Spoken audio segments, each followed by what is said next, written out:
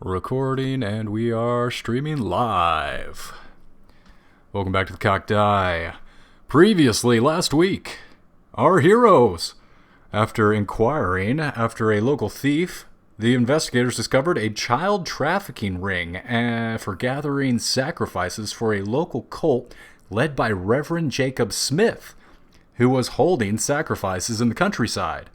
With a quick shot, Max was able to blow off the what?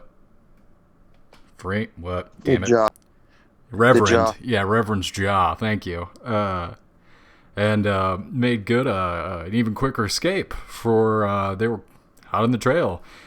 The investigators were then able to track down Sticky Jack, the person that they were sent to find by their mobster boss, and his associates by locating the Greasy Spoon, who led our heroes to Jack's apartment.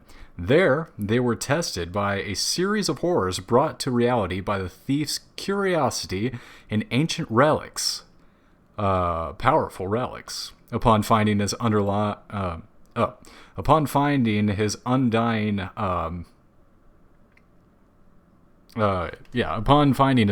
form in the bathroom, bleeding out all over the place, Max severed the dagger from the man's grasp with a shotgun blast and absconded with the dagger and spell parchment, returning only the dagger to their boss, Mordecai, the Hammer Monnery. Our investigators now find themselves hunted by a cult seeking to recover from their previous adventures. They now find themselves leaving the Hammer's office and stepping out onto the street. Extra, extra, read all about it. Get your paper here. Extra.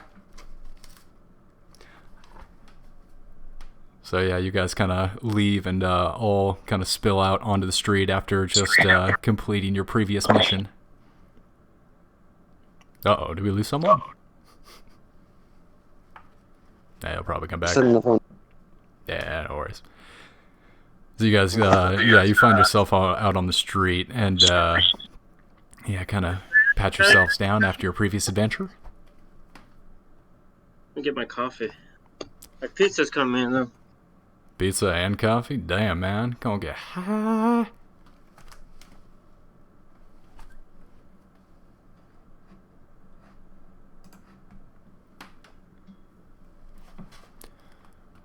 Yeah, so... I should probably stop drawing right now. Say again? I should probably stop drawing right now. I like to take notes. My doodles usually look like half drawings, half notes. So, whatever tips your canoe, son. I don't think I've heard that one before.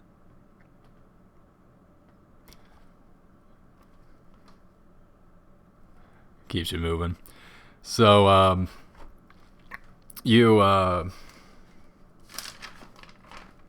Finn, are out on the street and you're looking around, and it's a pretty busy day. You know, there's a whole bunch of horses and people walking down the main thoroughfare. There's a horse shit sweeper who's mucking the horse shit in front of you guys, and then this little newsboy comes up to you. He's like, "Hey, mister, do you want to buy a paper?" No, thank you. Oh, come on, check it out. I'll take one. Oh, thanks, mister. Here you go, 10 cents. They're looking for explorers. There's some kind of expedition out to Peru. Really? Ooh. Why don't you do this? You look like an amazing entrepreneur. Oh, well, I'm still, it's just a little newsboy. I'm only 12 years old, mister. I know, man. A lot of kids nowadays are really doing things. Making money, working at factories. Sir, are you going to pay for the paper? No, it wasn't. I'm joking. Here you go, 15 cents. Hey, thank you, sir. Wow, a nickel tip.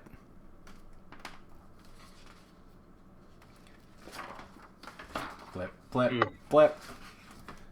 So you're going through the paper, and you do in fact see the article the boy mentioned. There is an ad for intrepid explorers seeking for people who are willing to go down to Lima, and it reads as follows. Searching for ancient pyramid in Peru. Explorer plans expedition to discover site of lost civilization. Lima, January 12th. Explorer Augustus Larkins is planning on an expedition to the northern highlands of Peru, where he hopes to identify the site of a pyramid long forgotten by history. Following the discovery of a number of gold artifacts in the region, Larkins believes that he has found evidence that will lead him to their source. He is currently in Lima planning the expedition and is recruiting companions and possible backers. And you see all that. There is a place to contact the paper for more information on the expedition. Now, that sounds like a good excitement. Change things up, not having to worry about a cult or anything. That's cool. Oh, as you're thinking that to yourself, everybody make a perception check, or a spot hidden check, excuse me. 8. Oh, wait. Wrong one. Wrong dice. Wrong dice. I need y'all to have your character stats up and let me know if you're succeeding or failing at a hard check. So it's got to be under half of your spot hidden check. Damn it! I keeps on rolling. Oh. Yeah, I passed. 22. Is that a pass or a failed. failure for 81. a hard check? On a So hard check. we got 2 failures. Excuse me, 1 failure, 1 success, and I got Johnny, was that under half of your spot hidden? Which character did you introduce me as? The one I started as last time? Antiquarian. Where are you? I might be a thrifter, honestly. They look kind of fun to play. But I'll just stay with my... So Max, was that a success? If it was lower than half your spot hidden, it was a success. Is that true? Yeah, half. All right, so Johnny and Max, you both look up. Johnny, you look up from your paper and you see a Ford Model T going by. One of the newer models. It must be 1922, right off the assembly line. And you look in the back. And there's a guy looking at your group, and he has a very high collar, and he's glaring at you kind of intensely.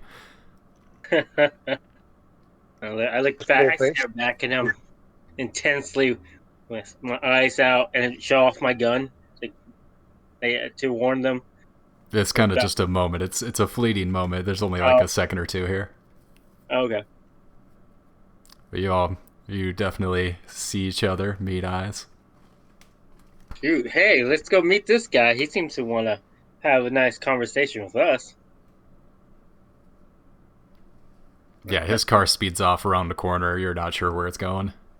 Yeah, it's a car. Yeah, okay. I'm joking, man, joking. Alright, well, something to remember. Let's go check out this adventure, I guess. Find out if we can gain some money and learn something about this.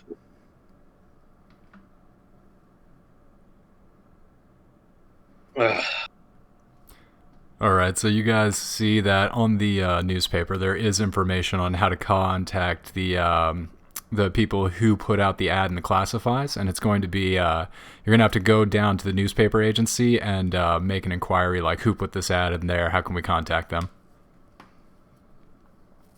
Let's go check them out. Let's go to the newspaper people. You guys hail a cab and make your way on down. Was that Max? I said nothing. I didn't say anything, so. Thought you were Johnny. What are the name of your characters? I forget. Max is me.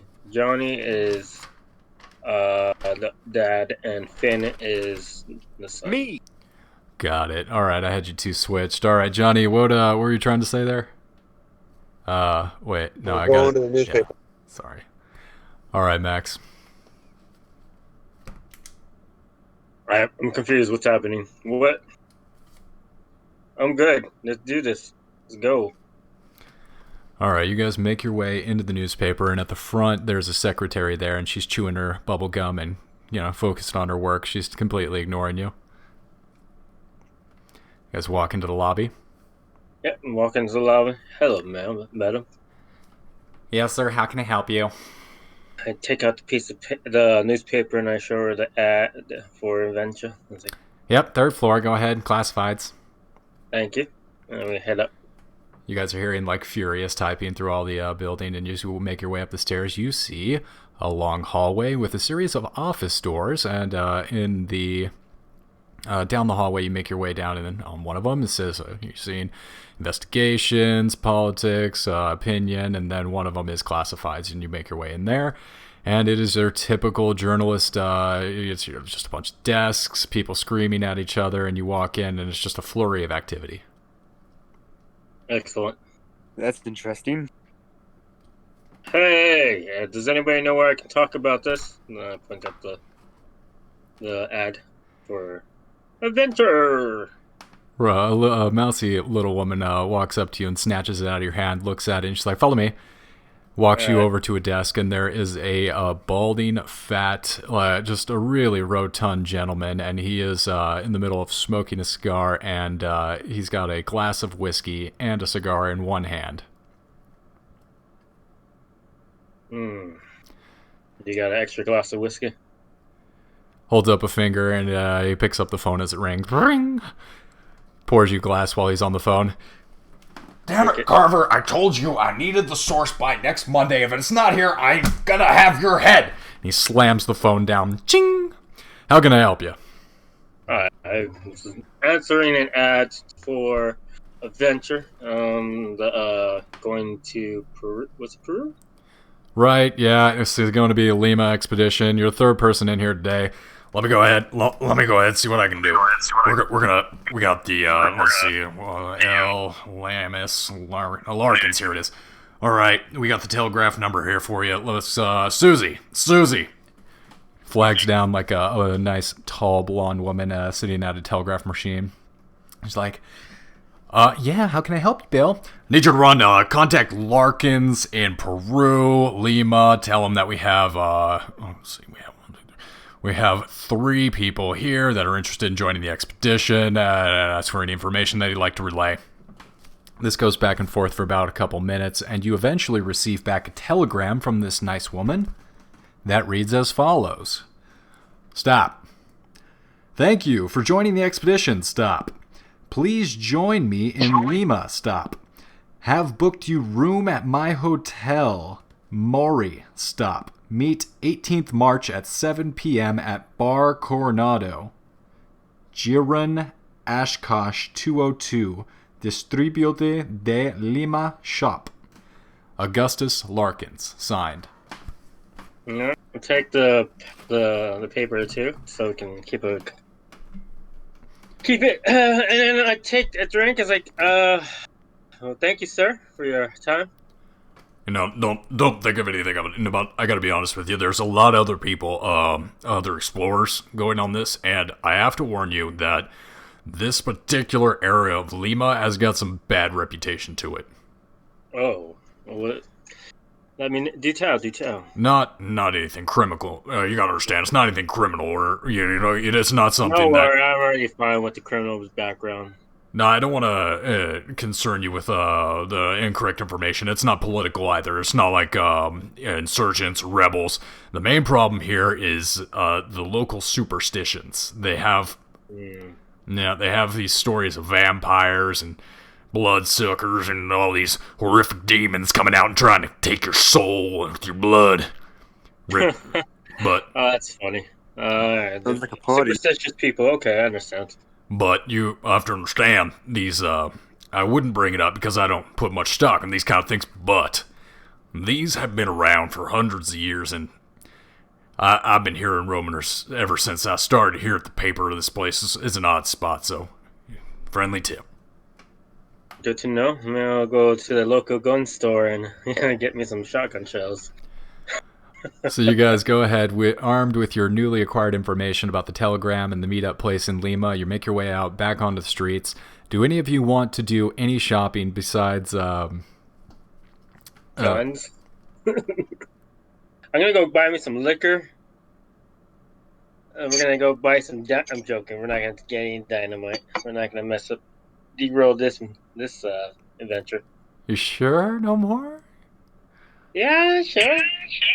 I don't know. I mean, Finn has not been. This is an entirely different character. I don't see how that could be a problem. Can I buy some pictures? Sure. Fire survival. Well, we have to. We can't go throwing dynamite in places we're supposed to examine safely. So throw birds. But we can't take shotguns and just try not to die. All right. I'm gonna go get some brandy, some liquor. Go to the speakeasy. Is it speakeasy? Speakeasy. Speakeasy. The local speakeasy. Check out if there's any rumors about this whole thing. Any more stuff that'd be useful information. What's your character's name? Max or Johnny? One more time. Max. Max Jeffrey? Yes. All right, I got it. Thank you. So you go ahead and make your way towards the speakeasy, and with your background as a criminal or antiquarian, Criminal. You're a criminal. Okay, thank you. I had you two switched. I got it correct now. Yeah, since you're a criminal, you make your way in there like a smooth criminal, and you have no problems. You pick up your supplies at a discount because you know them. They're your buds. Ooh, excellent. Hey, man. Hey, bartender. Do you know anything about this whole Peru thing, adventure? Well, only that there's been a lot of interest in it, man. You're the fifth person to ask me about it today. Oh, tell me about the other four people. Oh, just your average go-getters. Young bucks ready to make a dime. See the world, see adventure, but I'll tell you, it's, I have seen this kind of scam 100 times before. They lure you out there, and once you get trapped and out of money, they're your only lifeline. Well, that's why we bring some guns, just in case we need to make some more lifelines. You're a smart man. I tell you, you're gonna make it a long way in this world. Arm yourself. Nothing can't be solved without enough bullets or dynamite.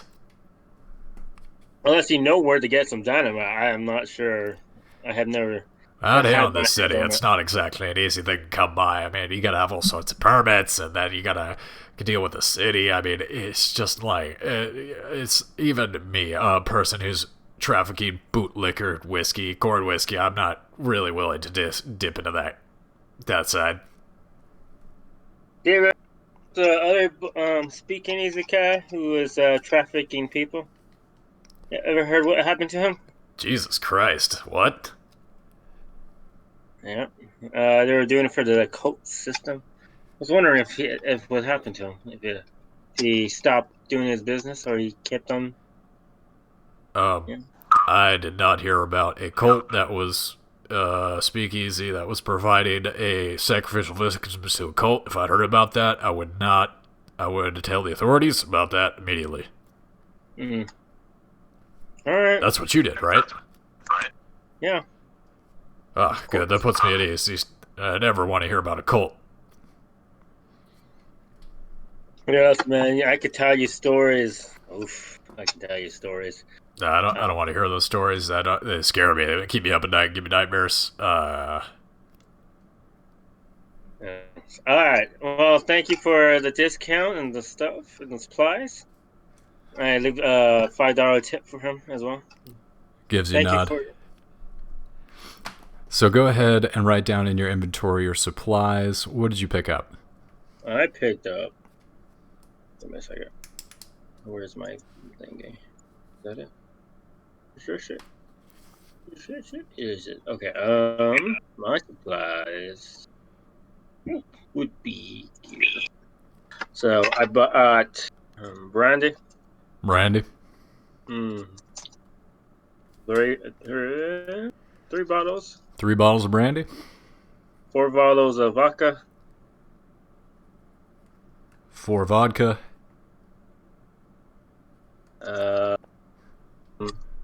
They always have the really good slug shotgun, just in case. Sounds good. No, and the shells. I already had the gun. I just needed the shells. 5 packs. 5 packs? What does a 5-pack mean? Are we talking about 5 cases of Yeah. 25 shells? Okay. Yeah.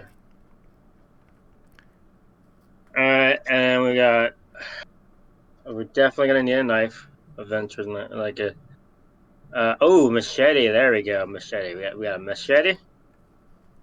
See? Gotta cut those branches up. And a tent, supply rations. Okay, tent. How many days of rations?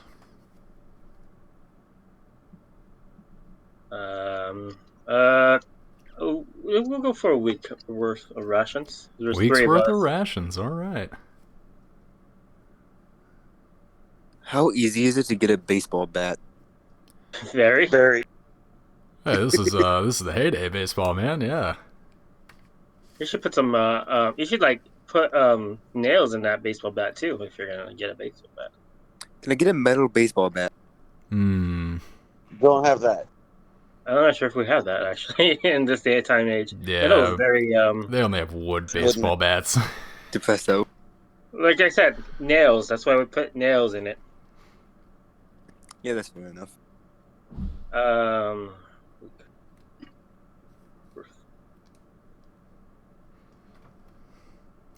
You want anything else, Johnny?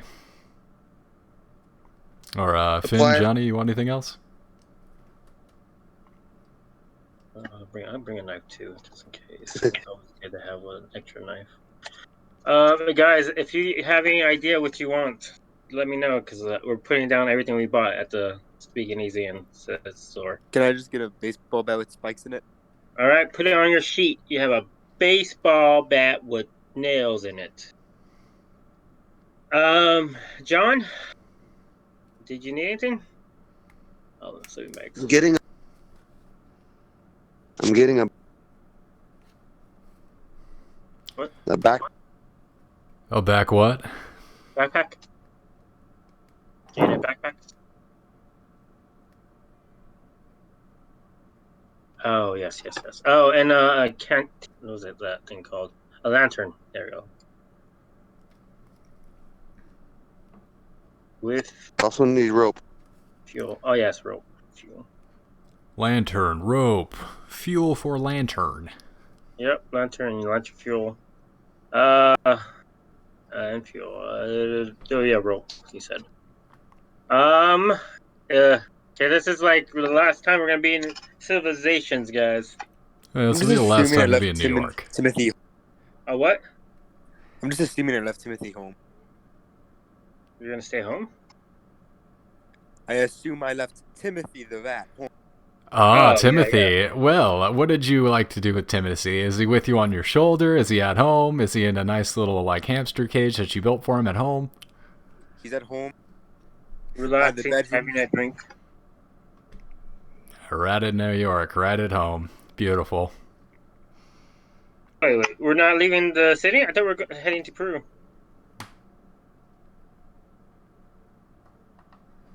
Huh? DM? Oh, yes, I understand. You would like to hop on the boat? Well, no, I was Once asking was replied. anyways. All right, you guys looked like you're pretty much geared up. I got a long list of everything you got. Machetes, tents, rations, 1 week lantern fuel. Anything else before you want to hop on this boat? And keep in mind that you're heading from New York to Lima, which is actually the capital city of Peru. So you're not exactly leaving civilization. This is you'll still have opportunity to supply before you go on the expedition. However, you have a contact to meet in South America. True. All right, so if you got nothing else, and then Let's go. if our Well, rat's you never know. companion, There might be a weird technical pulling our ship on the water, and then we have to swim. right, you might get stranded, and you'd be all set. All right, man. This is gonna be fun, guys. We're gonna have fuel. We're gonna be fine. We'll be good out there, guys. We'll be good out there. I've got everything I need. We'll go hunting for some cougars. Cougars? Oh yeah, some cougars. Some jaguars. Jaguars. So as the camera cuts away from Timothy in his luxury apartment in New York, pretty much there's just a long Star Wars style cutscene of you guys traveling on a boat down to Peru. And I'm going to give you a lore dump, so buckle in and chill for a minute here. Peru, located on the west coast of South Africa, Peru, officially the Republic of Peru, is the third largest country in the subcontinent. Home to just under 5 million people, its northern point touches the equator and its landmass of around 500,000 square miles, or 1.25 million square kilometers, in widely varied and terrain and climate.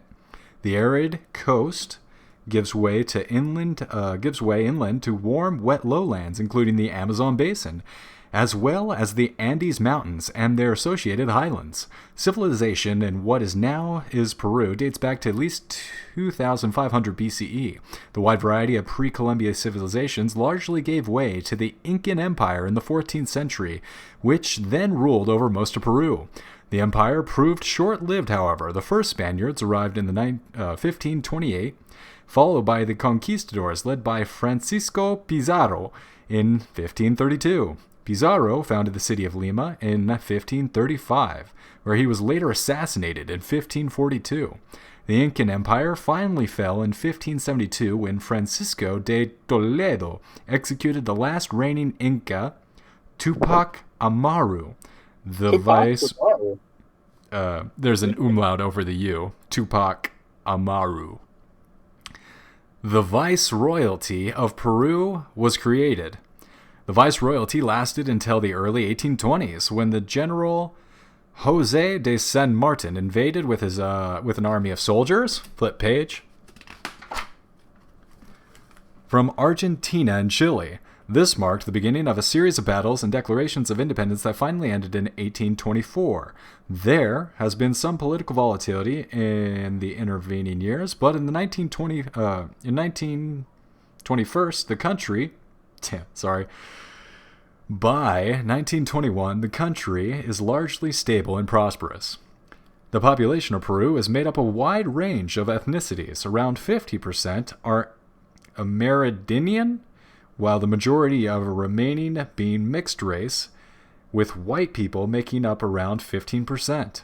There are a large population of Chinese, Japanese immigrants in Lima, with many of them having been brought up over to build the railways or mine guano.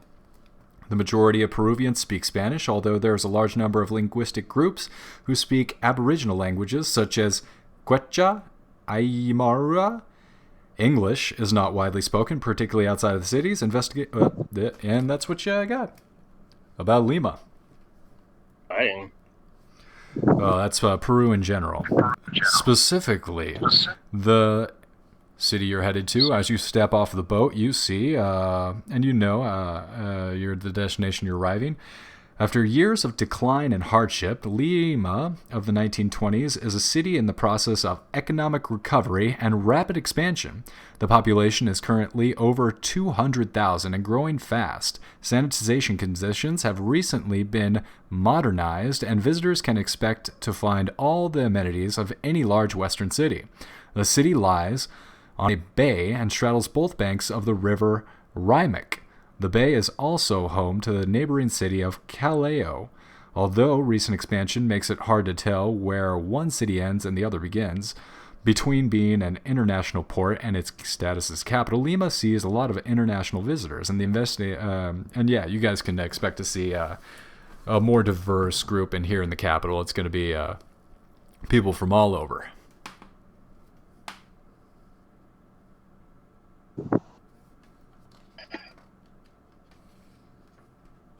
Let's go get a drink, guys. Find a hotel.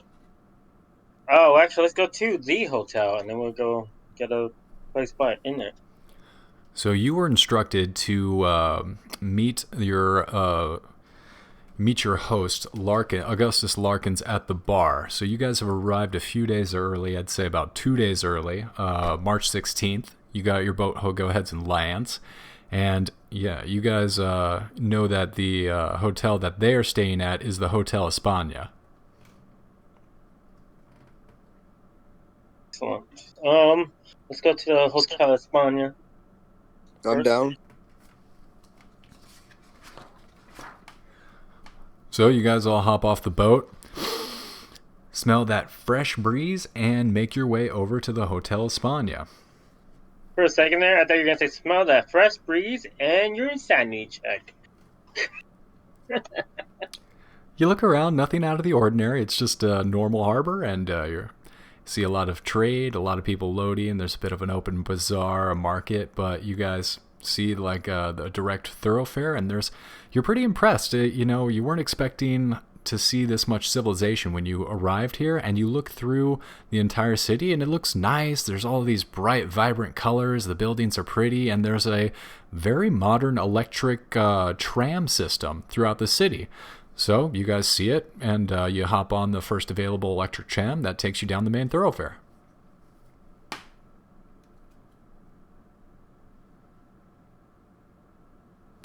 Is there anybody on the tram with us? Yeah, it's about half full. Well, I'm going to talk to next. Anybody who's like a street urchin or something like that. Someone who knows the surroundings and rumors and so forth. Yeah, there's not a bellhop, but somewhat of a conductor on the tram that's giving you guys your group to look over, making sure you're all right. Hello, sir. Sí, ¿qué puedo ayudar? Do you speak in English? Yes, sir. Of course. How can I help? All right, excellent. Do you know anything about the company that's looking into the ruins? I'm sorry, I haven't heard anything about that, sir.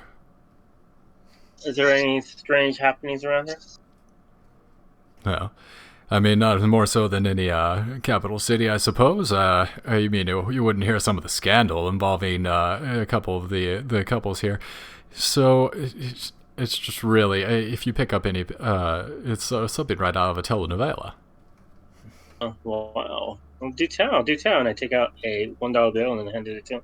Oh, well, thank you, sir. He looks left, look right, make sure no one sees. You have to understand that this was not commonly understood about everyone, but the mayor has been absconding on his wife with the local, one of the local officials, and what the mayor didn't know is that his wife was actually hooking up with the banker. So the entire banking community was running a train on his wife. It was disgusting. It's some kind of like ritual thing. They're all dressing up in masks. I'm not sure what it's all about. Really? Yeah. The banking industry? Yeah, you gotta understand, the money people in this city, they have these weird tastes where they all like to wife swap. Do you know where these parties are at? Well, I mean, I've only heard vague rumors, but most of them are, held at the higher class hotels. And I take out 50 cents, like, here's for the interesting rumors. Thank you again? Thank you. All right. So, are we there yet? Did you have a particular destination in mind, sir? Where are you headed? Oh, I thought this is a tram. I'm heading to the damn it. What's that hotel called again? You're looking for the Bar Coronado was what the telegram had asked you to meet. Yeah, the parkour. He raises an eyebrow at this. It's absolutely, sir. That's going to be right around the corner here. It's not the nicest establishment, but it serves. It's one of the more local. It's somewhere I might go, but I wouldn't expect you as a international traveler It's just the business partners over there. We're not going to stay there. We're going to go to what's hotel? Hotel España. España? That's the more higher end. Oh no, that's the hotel that Augustus Larkins is staying at. The more high-end hotels are going to be closer to the waterfront that you are leaving behind. Oh, okay. All right, thank you. That's fine. Oh, I'll head that way later. As you are kind of completing that sentence, you guys come around the bend, and he slows the tram. let you guys dispark. Sit in. Thanks for the ride. Gives the tram like one of those old-timey jingles. And you guys are standing in front of the bar Coronado. You are to meet your contact Augustus Larkins here in 2 days. You also know that there are probably going to be at least some other prospective explorers at this meeting. Good to know. Let's have you, Finn. Don't act like you're like by yourself. Johnny, you go closer to the other individual, and I'll try to make the most out of this. And then we'll be in the middle after we get some information through all the other competitors. Sounds good? Oh, sorry, what? Okay. I want you to Hey, go Archon, and do make us a friends. favor and mute yourself when you're not talking, because we're getting a loop. It's a little disorienting for us. Go ahead, Max. Okay, John, did you hear what I said? No. No? Alright, go to over there and make friends and learn about what they know about the situation and get their input. And then I'll go over there and get input on another person, and we meet in the middle with the information. Yeah. And we'll also pretend we're not, like, we don't know each other, so we may get, for the time being, we'll, like, not rail suspicions and stuff and so forth. Get the most out of it. Yeah. Alright, we head in. I go sit down in one corner. They go sit down in their own individual places. And we wait and see what happens. So you guys walk into the bar pretending not to know each other, take up positions at each end of the bar, get a better view of the entire area. Yep. Eventually, was that John? I was asking.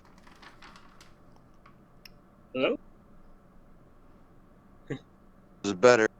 Yeah, it's better. I hear you now, I guess. What's up?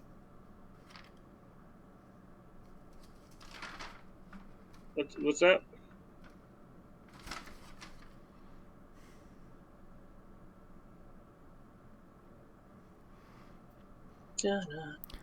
So eventually, you guys in your different respective table, a waitress comes up, asks you what you'd like to drink. I'll take a brandy. One brandy. On the rocks. One brandy coming up. She walks away from your table, makes her way over to John and Finn's table. Buenas noches, señores. ¿Qué puedo? What can I get you? Orange juice. Oh, excuse me? No, sorry, we don't have orange juice here. Excuse me? An orange juice?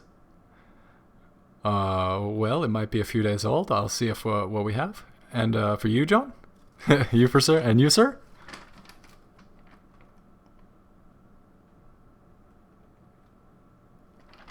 Yeah, we still can't hear you, man. You're talking. You need to, up it. So she goes ahead and retreats behind the bar, and then eventually makes her way back out. She hands you, Max, a pretty stiff drink. It's not fantastic, but it's passable. And Fluffy, she comes back to you with a very watered down orange liquid. Yeah. That's fair. All right, I see what happens. I don't know how I sound right now, but I said a beer. Perfect. Now we can hear you a lot better. All right, John, what would you like to drink? A beer. She comes back and she brings you a warm beer. Excellent. It's a good thing I don't plan on drinking the whole thing.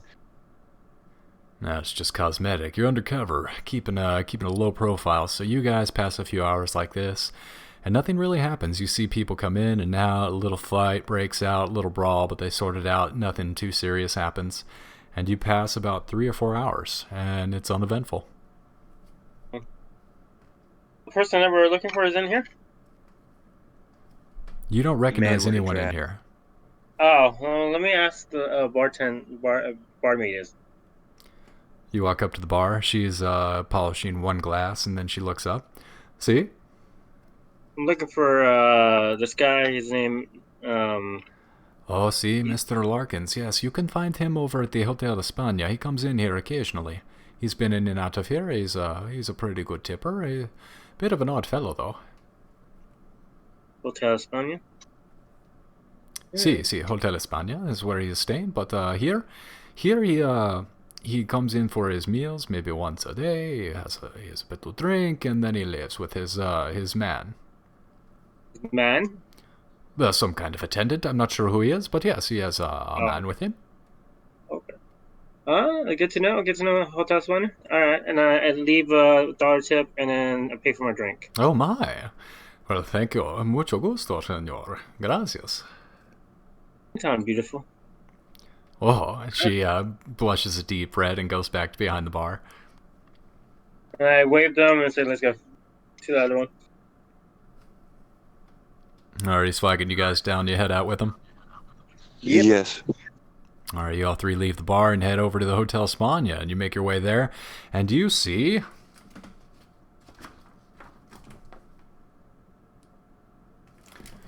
The Hotel España is a small establishment boasting 12 rooms, split over 2 floors. It is located in the corner of a busy street of the shops of Lima district.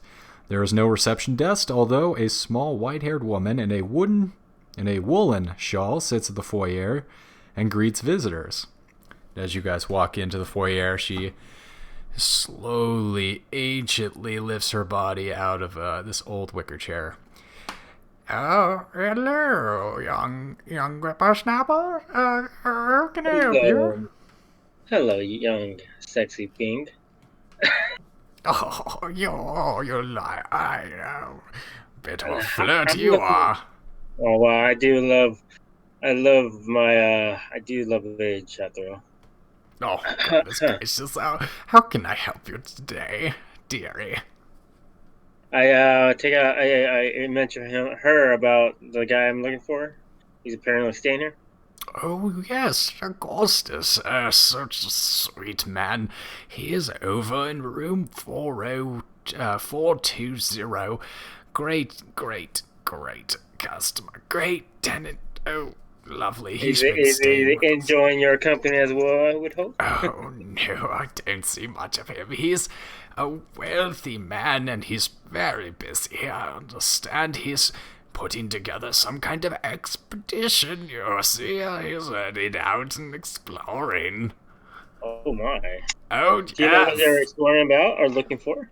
Oh, he showed me these wonderful trinkets. It's beautiful gold. Looked very old. Older than even me. Yeah, well, you're in your 20s. No, stop it. Oh, you're too sweet. Oh, thank you, madam. Of course. Now, We're gonna head up. if you would like a couple rooms for yourself, we have 4 available. I see that there are 3 of you. Would you all like to be next to each other? We'll do that. Thank you. Wonderful, absolutely wonderful. Here are your keys to your rooms. And if you need anything else, please don't hesitate to ask. I'm glad to hear it, beautiful. Oh, stop. Now, if you need a room to stay tonight, feel free to bother my room, okay?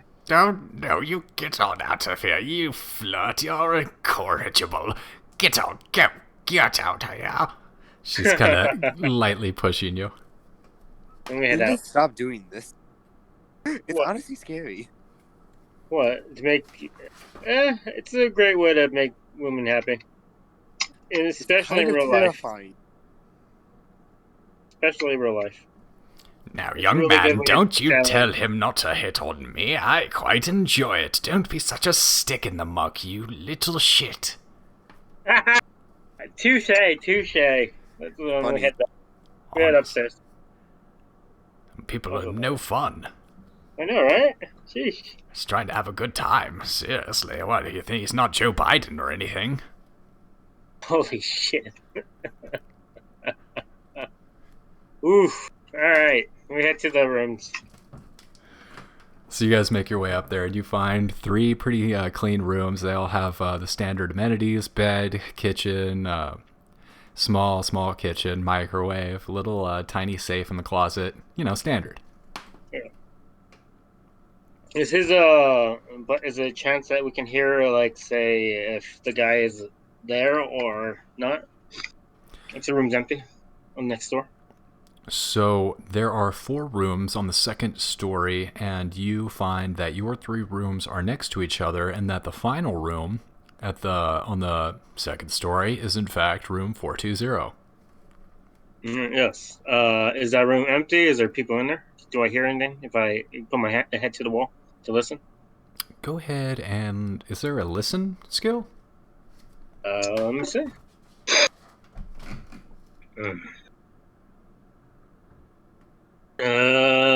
Listen. Spot hidden. Stealth, survival, south. Yeah, spot hidden check. Alright. There is a listen check. It's 3 down on the 3rd column from the left. Hey. So 2nd from the right. I did not do it. Yeah, so you put your ear to the door and you hear a truck go by.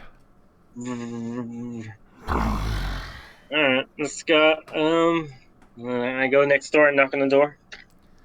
Knock, knock, knock. No response. Do it 2 more times. Oh, alright. You go ahead and knock, and a strange Nokia response comes through the door. No response. However, the door does slightly, it opens a little bit. It's obviously unlocked. Sorry, guys. Give me a second. Yeah, sure. Hello? Hi. So yeah, you guys, you see him knocking on the door, the only other one, the last door on the second story. Maybe we're going to join them. Gonna check the room that I have. Yeah, you look through your room, and there's nothing out of place. It's just a pretty standard hotel room.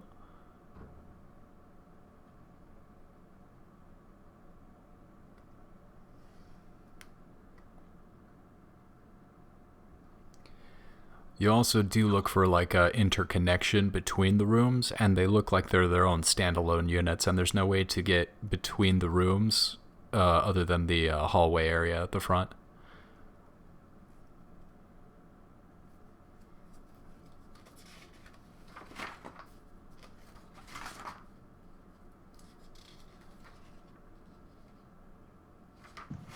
All right, I know I think he's trying to advance things faster than the 2 days. You said we had 2 days before the meeting, correct? That is correct. So you guys got there. You're pretty much there in the evening, the afternoon of March 16th, and your meeting is at 7 p.m. on March 18th at the Bar Coronado. So you have a little bit of time to prepare, maybe do a little investigation, snoop up on some people, ask around. Accelerate the pace as our buddy seems to be doing. Right, just add some gasoline or dynamite on this fire. So at this point, you guys know that Augustus is probably in this room that Max is knocking on. You also know that there is some kind of attendant, like a man, that Augustus seems to have that's been seen around him. You also know that there might be someone who is expecting, there might be other people trying to meet Augustus on the 18th, and you might be able to look around and find them and figure out what's going on there as well.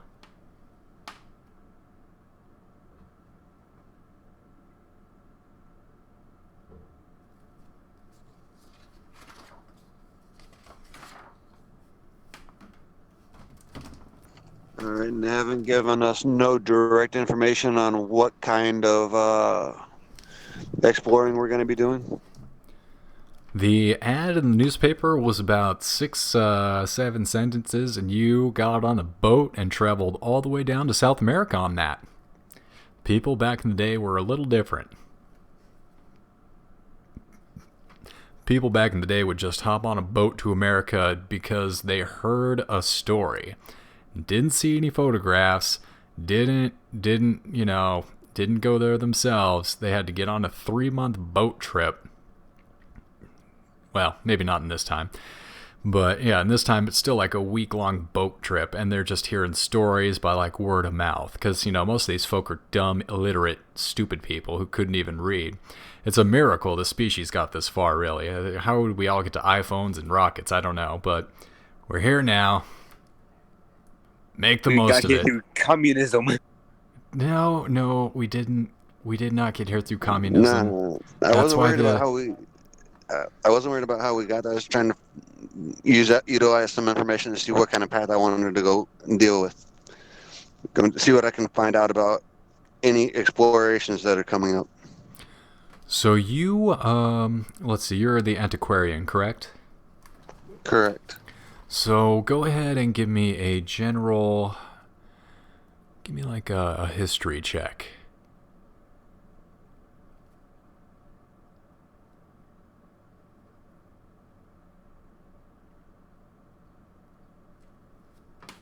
I pass with a 30.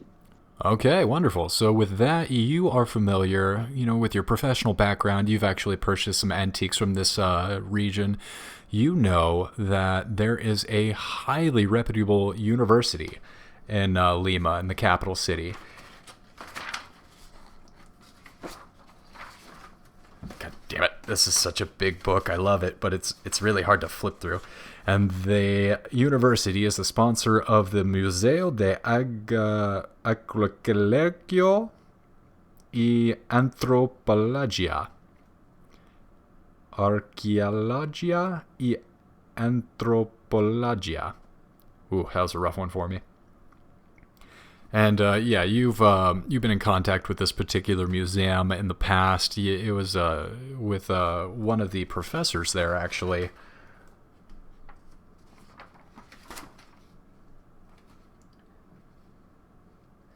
Professor Numizio Sanchez, and you know him to be a reputable source for ancient Andes and Mayan and in Inca, thank you, Inca societies. You also know he has a vast knowledge of pyramids.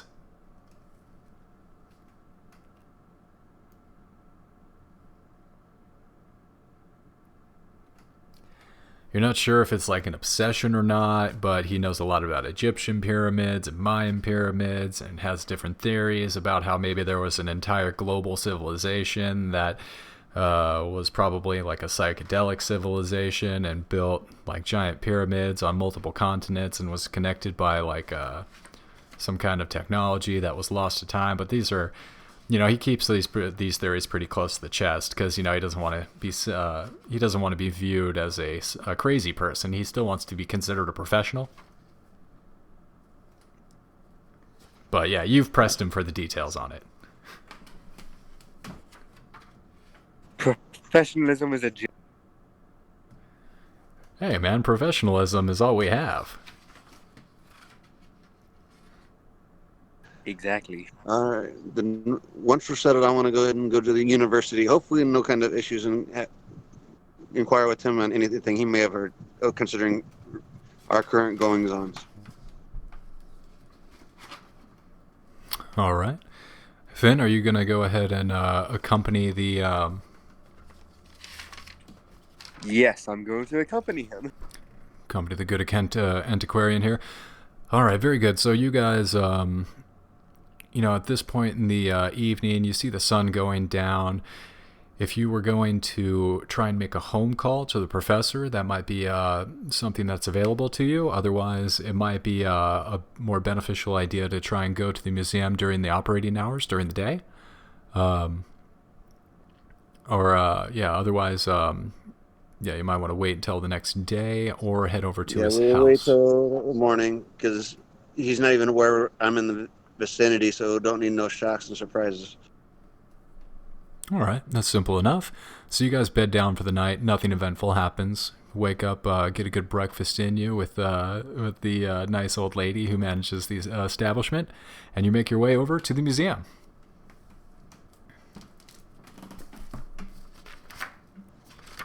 All right, then we'll follow whatever the signs or inquiries that we have to make along the way to get to his office. It's a bit of a slow process. It's kind of a large, sprawling university. It's a combination between a university, and the museum is actually located inside the university grounds. So you're passing young students, a lot of boys, girls. It's a mixed gender, and it's just every kind of young person in the height of their lives, learning, exploring, discovering who they are. So you make your way through the halls, and you eventually, after a bit of searching, come to a door with the name Dr. Sanchez. Dr. Numezio Sanchez. Oh, a doctor. Fun. Oh, Dr. Johns. I trust doctors.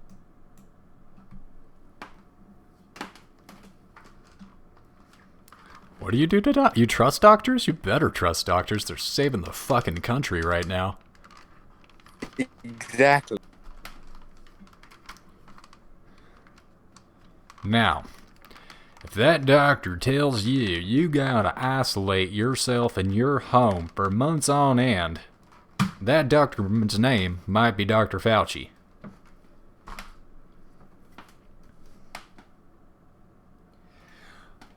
Yeah, with incomplete information to all of it, too.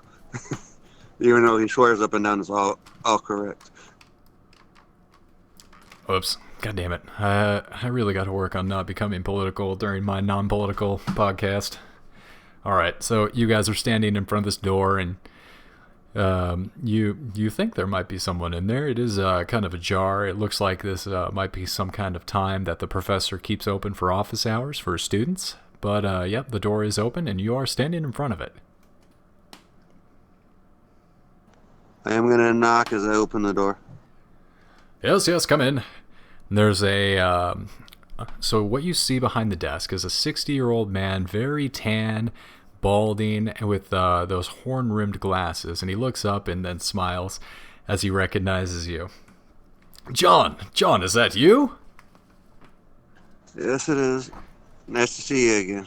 Goodness gracious, you didn't let me know where you're coming. Well, please, come in, have a seat. Who's this? As he kind of like shuffles over and pulls out a couple chairs for you guys and gestures for you guys to sit down.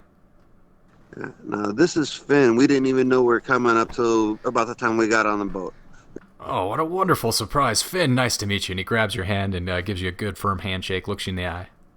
Nice to meet you too, mate. Fantastic. Oh, what brings you here? This is so unexpected. I'm happy to see you. You look great. Fantastic. The sea air treated you wonderfully. All right, we're here for some sort of exploration. Maybe you've heard of some recent ones getting ready to go out here probably within the next day or 2 or 3. Oh, yes. There's always many explorations going out into the jungle. We have a rich history, I think, in Empire and even pre-Incan. Yes, but I need a little more information to understand which expedition you were talking about.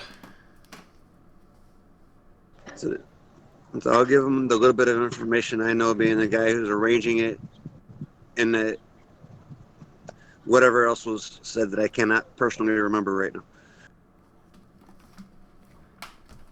Oh.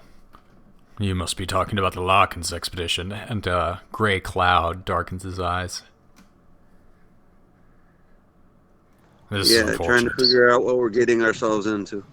Well, I'm glad you came to me. This is no laughing matter. This gentleman's an unprofessional. He's been asking me for months to come on his expedition. I've been turning him down.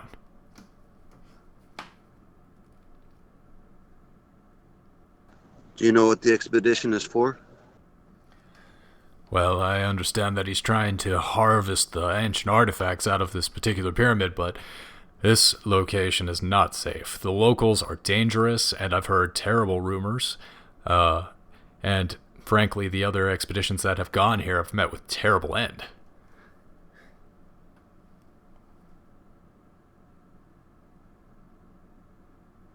I'm guessing a very heavy airlings over where we're headed. Yeah, but it doesn't matter. The environment, the air, the mystique of the terrible darkness of this area, most of it, it's just been hearsay and rumors. However, I know that Mendoza, that man, I know there's something not right about that man.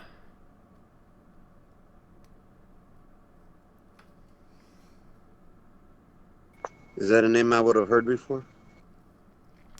No, you actually have never heard that name before. Not familiar with that person. How is he associated with Larkin? I'm not sure how they met, but I know that Mendoza is the gentleman that's always following Larkins around. And Larkins, I mean, he looks pretty unhealthy just on his own, but Mendoza, something in his eyes tells me that he's killed a man. Oh, a murderer. To say the least. I fear that that's the least of his crimes.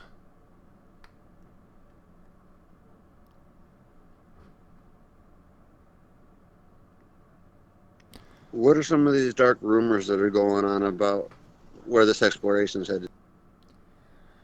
Yeah, he looks down at that and looks back up. Yeah, you can't believe everything you hear, but these are particularly old local rumors. I'm sure you've heard of vampires before.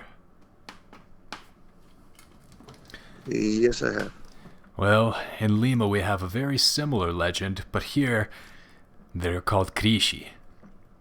The Krishi, they have known to suck all the fluids out of a man, leaving him nothing but a dry husk of bones and bagged skin.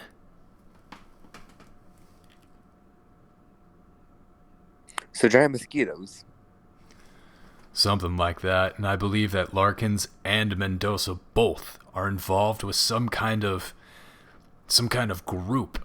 I'm not sure if these are actually individuals who are exsanguinating their victims or just some kind of crazed lunatic group or cult who are taking these poor people and sacrificing them, and who knows what's happening, but it's just so consistent that you have to...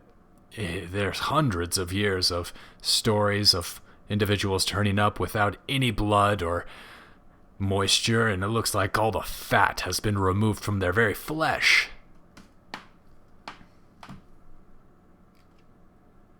Well, this will be a fun expedition. One more time? Well, this will be a fun expedition. Well, I'm glad you came to me, like I said, because, I mean, I wouldn't want you to walk into this blind, and one more thing you should know is that while these rumors are old, they're not nothing to shrug off. There have been rumors that the members of the cult number more than a dozen, probably more than 20 people, judging by their victims.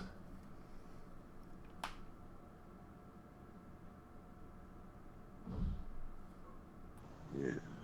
Nice to know to be.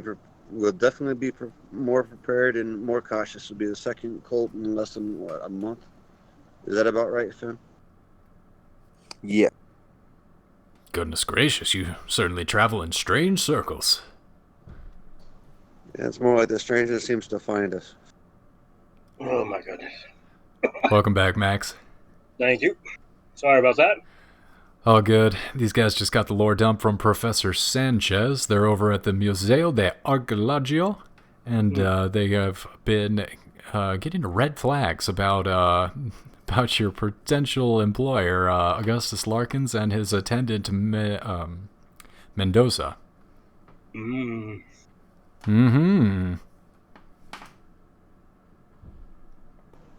Yes, a nice vampiric-style cult. Exciting. Another cult. So as he kind of finishes telling you guys about the number and the strength of the potential cult that you might be dealing with, he is kind of boiling some water and busying himself, and eventually walks over with 3 freshly brewed coffees and sets down a cup in front of you, and then sits back in his chair with a grunt. Ugh. Squeak, squeak. Well, before I let you leave, let me go ahead and set you up with some information about some of the previous expeditions into that area. I might have some more information, some kind of reports, or we'll see what we can dig up for you. All right, thank you very, very much.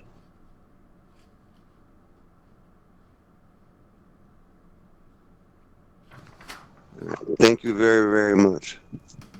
I heard you. As you guys kind of sit there, the coffee's steaming and you're all sitting for a moment of silence, you hear down below the floor a bit of a knocking sound, like bumping. Maybe something fell.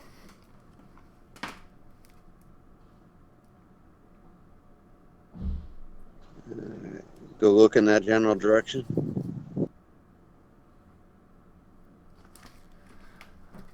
So the Professor Sanchez, you guys all stand up and you look at where the noise was, and it's like, strange. There shouldn't be anyone down there. That's my study. You all start making your way down the spiral staircase that leads into the basement from his office, and you find. Have my gun ready. All right, you surreptitiously take out your gun and kind of cock it and get it ready. And as you guys reach the bottom of the stairs, from around the corner is a beautiful woman, and she looks up and she drops her books. Goodness gracious. Professor Sanchez, I asked you not to startle me like that.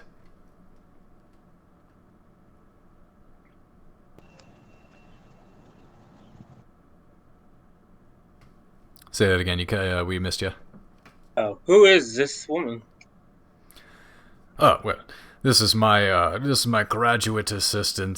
This is my teaching assistant, Rizzo. Rizzo, this is my good friend John and Finn, and of course, you, sir, Max. Yes. Goodness, we heard something fall, and we weren't sure what it was. Oh, yeah, yes, Professor Sanchez. I was rearranging some of the books, and I accidentally dropped one. I'm not sure. I thought I saw a rat or something like that, but there's nothing to worry about. Oh. Rat? Please, Which way was heading? No, yes, please be more careful. Excuse me. Yes, Max, what was your... So you said there... Let's go upstairs where pioneers cannot hear. Yes. Of course. You all make your way back up the stairs, clomp. So has she been in your... How long has she been here? Oh, well, she's been here about 6 months. She's got another 2 years on her residency, and then she'll be ready to start her dissertation on her own PhD, I'd wager. Is she always here when you're not? You don't know? Well, she has a variety of responsibilities. I entrust her, yes. I trust her completely. Okay. I just want to make sure. We have dealt with the cults, or cults in general, and it's never pleasant, may I say. Goodness gracious. I hate to see it, but sometimes these death cults crop up when everyone loses hope and the economy collapses. We're just recovering here in the Lima proper, but I dare say that the surrounding countryside's having a bit of a rougher time, you understand? That's understandable. Yes, the rule. Can you tell me about the local tribe nearby the... Well, yes, of course. I'm an expert in such matters. Now, probably to the ruins that you're concerned of, Larkins is trying to trick you all into exploit your labor into, and who knows what he's trying to do out there. He is trying to investigate a very little-known archaeology site. So it's been rumored that there are pyramids, but lost to time this one has been. Like the Mayan pyramids and so forth? Now, these are, this is not in Mexico. Common mistake. Now, down here in Lima, these are the Incan people. Now, these individuals were thought to have fantastically advanced technology when it came to constructing these immense bridges. They would tie them in great festivals every year and redo entire thoroughfares. And some of these bridges were thought to be miles long. Amazing. Quite. It's a pity that we lost this, the culture when it died out. Who knows why? It, actually, same time period as this Kirishi pyramid. Yes, but now that's actually where you want to know. If you're reaching Puno, the city of Puno, you'll know you're getting close to the location of this pyramid in which Augustus would like to explore. And there was other explorers. Do you know anything about them? Well, I know that Larkins has been hiring some foreign talent out of the country to come in and for this particular expedition. I wonder, maybe his domestic supply of volunteers has already run dry. Well, that's good to know, I guess, in a sense. Good thing to know. But is there anything we should, if we meet any of the tribes people, is there anything we should know, maybe to make friends so we don't look like an enemy or so forth? You should be alright. Most of the people in that area are friendly, and as long as you make a point out to convey that you are not a Kirishi, one of these vampire creatures in which they fear, you should be welcomed. Most people here are actually quite accommodating and kind. However, I understand when these rumors get stoked up, the fear spreads like a pandemic. Yes, and then they'll start running all over each other. Yeah, hopefully it doesn't come to that. Same. Do you know anything a way to kill these Kiichi, like in the rumors or stories? And probably a stake through the heart. Right? Oh. I would assume that would be something different since it's a different culture. But okay. No, I don't personally put much stock in these ancient superstitions, but it doesn't hurt to give you the knowledge so you're able to arm yourself against the prejudices of the locals. Very true. And a superstition is always coming from something more real, and like a serial killer who just drank blood or something like that. And it's always good to know how the locals' superstitions used to deal with the idea or their how to fight off their fear, in a sense, to defend themselves, in a sense. So it's always good to reassure them that you're there to help, and I brought this thing that would help with this thing, in your culture. So it's a gift, in a sense. That is true. Every joke has a kernel of truth, and that is wise. All right, then. Thank you, sir. I think that's it. Yes, wonderful to meet you all, and John, it's always a pleasure, and I look forward to doing business with you next time, and wonderful, and I wish you best of luck. Good travels, and be careful, for God's sake. And as you all stand up, you hear a louder knock coming from downstairs. My goodness, you get a lot of people. Swear. Rizzo, are you okay? Dear say, this girl is so clumsy sometimes. Should we go check up on her before we leave? Make sure she doesn't fall over herself? There's no response. Let's head down there and check. Hello, Risa? Are you okay?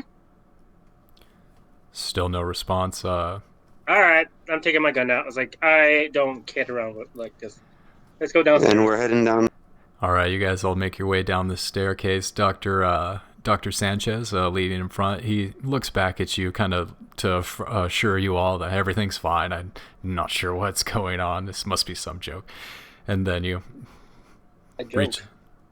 Yeah, you all reach the bottom of the stairs, and it doesn't look like there's anything down here. It's hard to see everything, though. There's a lot of bookshelves. You're going to have to search around and look. Lisa, are you here? You hear a little bit of scratching coming from one side of the room. Alright. I'm going to slowly turn to the corner and walk towards the side. I'm going to signal John and... sorry. Flynn, back up. Let's do what we did in the other house, I guess. Be careful. I do not want to see anything like we saw last time. Yes, Professor, stay behind us. I prefer you safe. We head over and check. What's up? All right, everybody, give me a spot hidden check. You guys all hear some faint sucking sounds coming from somewhere indistinguishable. I barely passed. 34 out of 35. Ooh. I passed. 46 out of criminal spot hidden test is 40. So I didn't pass. So John and Finn, you both hear this sucking sound and look over to the far left-hand corner of the room, and you see two figures, and it looks like one is pinning the other to the ground, and the individual on the ground is trying to struggle and push the gentleman pinning her to the ground off. I'm gonna take out my baseball bat. Dude, yeah. Finn has his baseball bat out. You gonna do, man? I totally support it. Do it. Strike the dude on top or holding them down. All right, go ahead and give me a combat roll.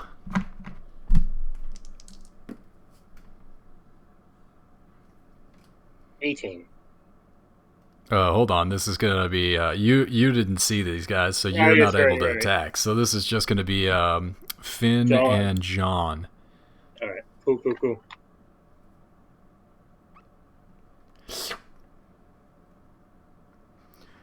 I rolled a 37. 37. Oh, this poor Kirishi motherfucker. He rolled a 72. And John, what are you doing? Johnny. You're kidding me, right? I am gonna draw my pistol and otherwise wait since Finn's already rushed in with the baseball bat. Got it. Got to be careful. Don't want to shoot your pal there. All right, so Finn rushes in with the baseball bat, and you see this horrific figure with its mouth, its whole head clamped onto the chest of Rizzo, and she is exsanguinated. She looks like a dried mummy, almost like all the fat has been sucked out of her body, and her skin is just wrinkly and papery, gray. She looks up at you as you swing for this Kirishi's head. Go ahead and roll a D4 pyramid.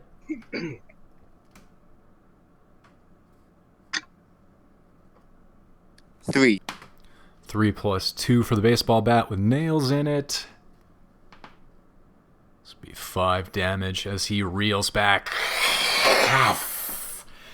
and looks all at you with the wild eyes.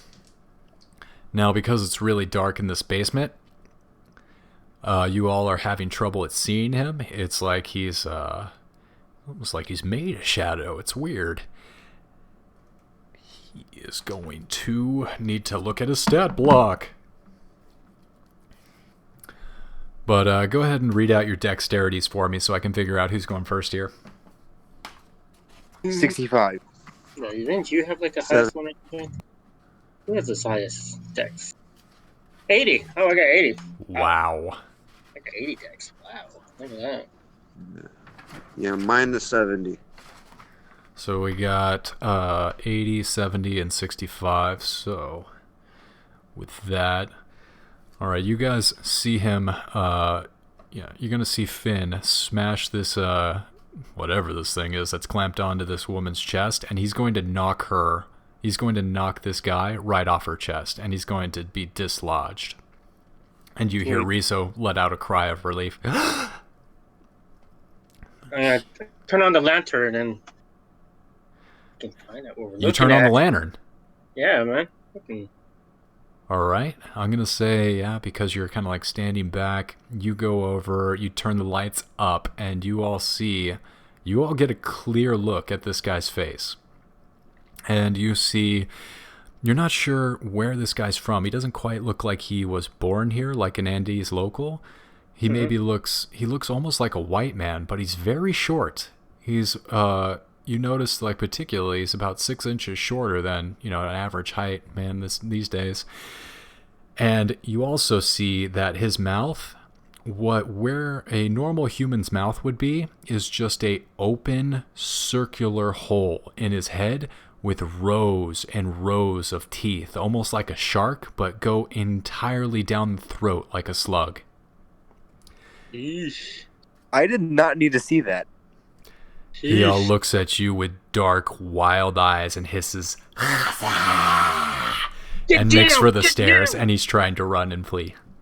No, you don't. You don't get to harass a woman. Aiming and shooting. Oh boy, all right. Well, everybody, we're going to go down the dexterity order. That means, Max, take your shot. All right. You going down, motherfucker. Going down. 3. I got 34. 23? You hit him. Go ahead and roll the D. You shooting with shotgun? Yeah. That's a D6. D6 it is.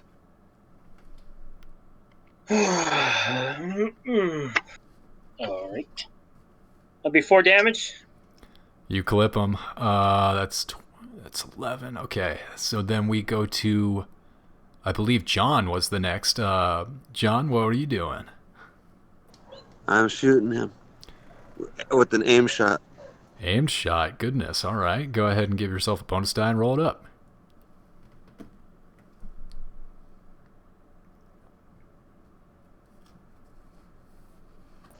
20. All right. That's going to hit him. Go ahead and roll a D4.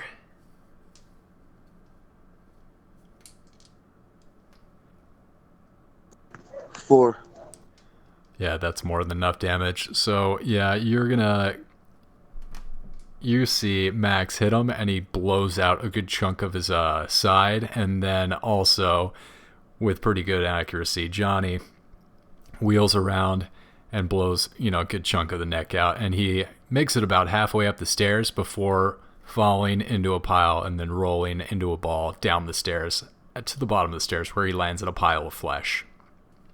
I rush after him. Make sure he doesn't disappear all of a sudden. No, he's right at the bottom of the stairs. I'd say about 15 feet away from you all, and you guys are just watching him. This black ichor leak out of what should be blood. Professor, look after your attendant. See, of course. And he goes over and he looks at Rizzo and bends down. She's breathing. She's alive. We need to get a hospital here. We need to get ambulance here as soon as possible. Yes, of course. John, go and get the ambulance. I'm gonna keep an eye on this thing. Make sure there's no more of them coming around to. As you turn back and you look at this body, you see something wriggle. Like it's kind of in the chest. The chest is moving a little bit. You're afraid that he might be getting back up. Oh, I shoot him again. Fuck that. No. Yeah, you go ahead and plug him. The body moves a little bit with the shot. And then the neck distends and becomes about 2 sizes too big. And up through the neck, something's pushing its way out of its stomach, through its neck, up towards the mouth. And it's about there. I step on it. You step on the neck? There's nothing coming out of his mouth? I thought something was going to come out of his mouth. It's trying to come out of his mouth. It's trying to get up through his stomach, through his throat, out his mouth. something. All right, I'm gonna put some more shotgun shells in my gun. Uh-huh. Put the gun, the gun towards his mouth as close as possible. So if something comes out, it's gonna get blown to smithereens. So as you put the mouth of your shotgun up to his mouth opens, and a maggot the size of a chihuahua opens its mouth from within his mouth and screams a high-pitched wail at you.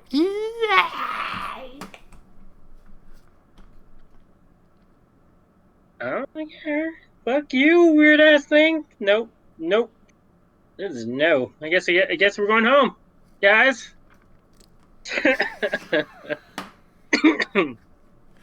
What is with you and your monsters? I'm joking, Game Master. This isn't my monster. This is from, this is not, I wish I could write something like that. Alright, well, is the thing dead this time? You shot it, I'm assuming? Yes. Yeah, you blow it away. Alright, cool.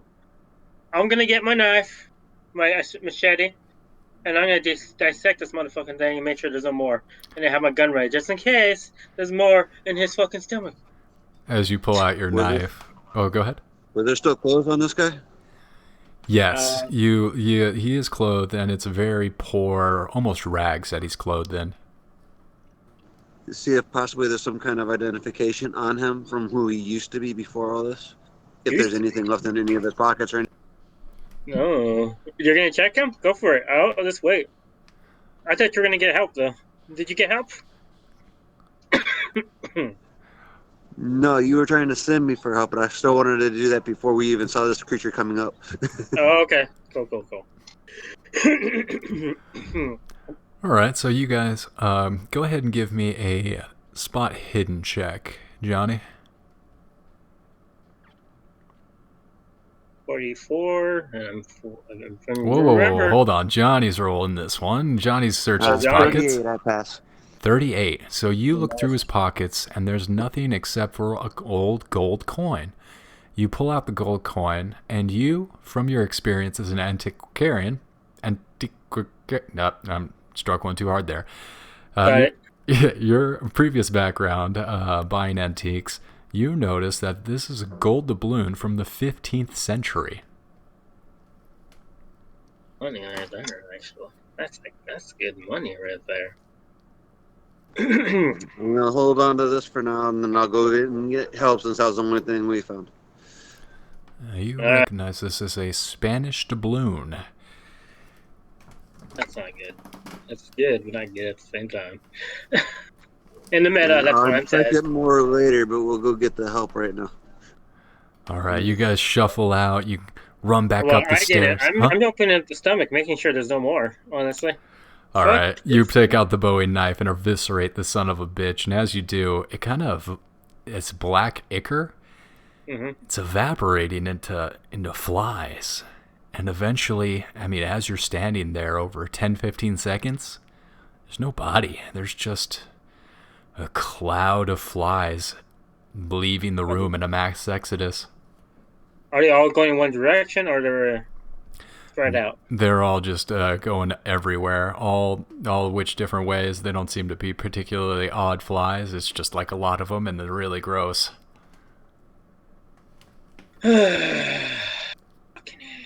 Occultism. Fucking occultism. Why did I sign up for this? Because you like money. Fair enough. Man, there could be some gold in it, man. You guys. There was gold in it, technically. And now the balloon is worth a lot of money nowadays. Or even those days. Right, even back in the day. That then, too. Mm-hmm. All right, so you guys run back up the stairs. Yeah. But I will inspect it later when we got peaceful time to do so. I'm gonna check the body of the woman and check her out. Make sure. So you guys are shuffling up the stairs. You're going and running outside of the front of the university and trying to seek some kind of medical attention. And you're looking at her wounds, and it looks like somehow this creature had latched onto her chest with its horrible vice-like teeth and punctured some kind of hole in her chest and was sucking out all her fluids. Does it look like anything was put in her, by chance? Like forced deep into her body? You don't have a good angle on it. You're really just trying to shuffle her out and keep her alive, keep her from bleeding out. I mean, it's a pretty serious wound, and it looks like this was more of a extraction than an implantation. All right. Doctor, do you have anything we can use to disinfect her wound?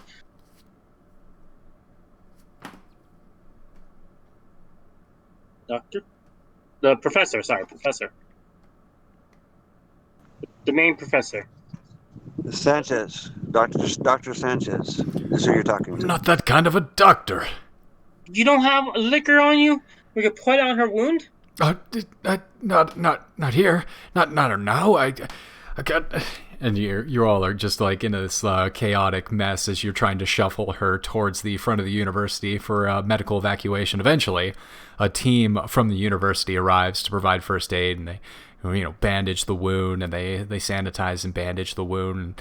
And you pretty much hand off the crisis situation, and you find yourselves all standing on the university steps with Professor Sanchez.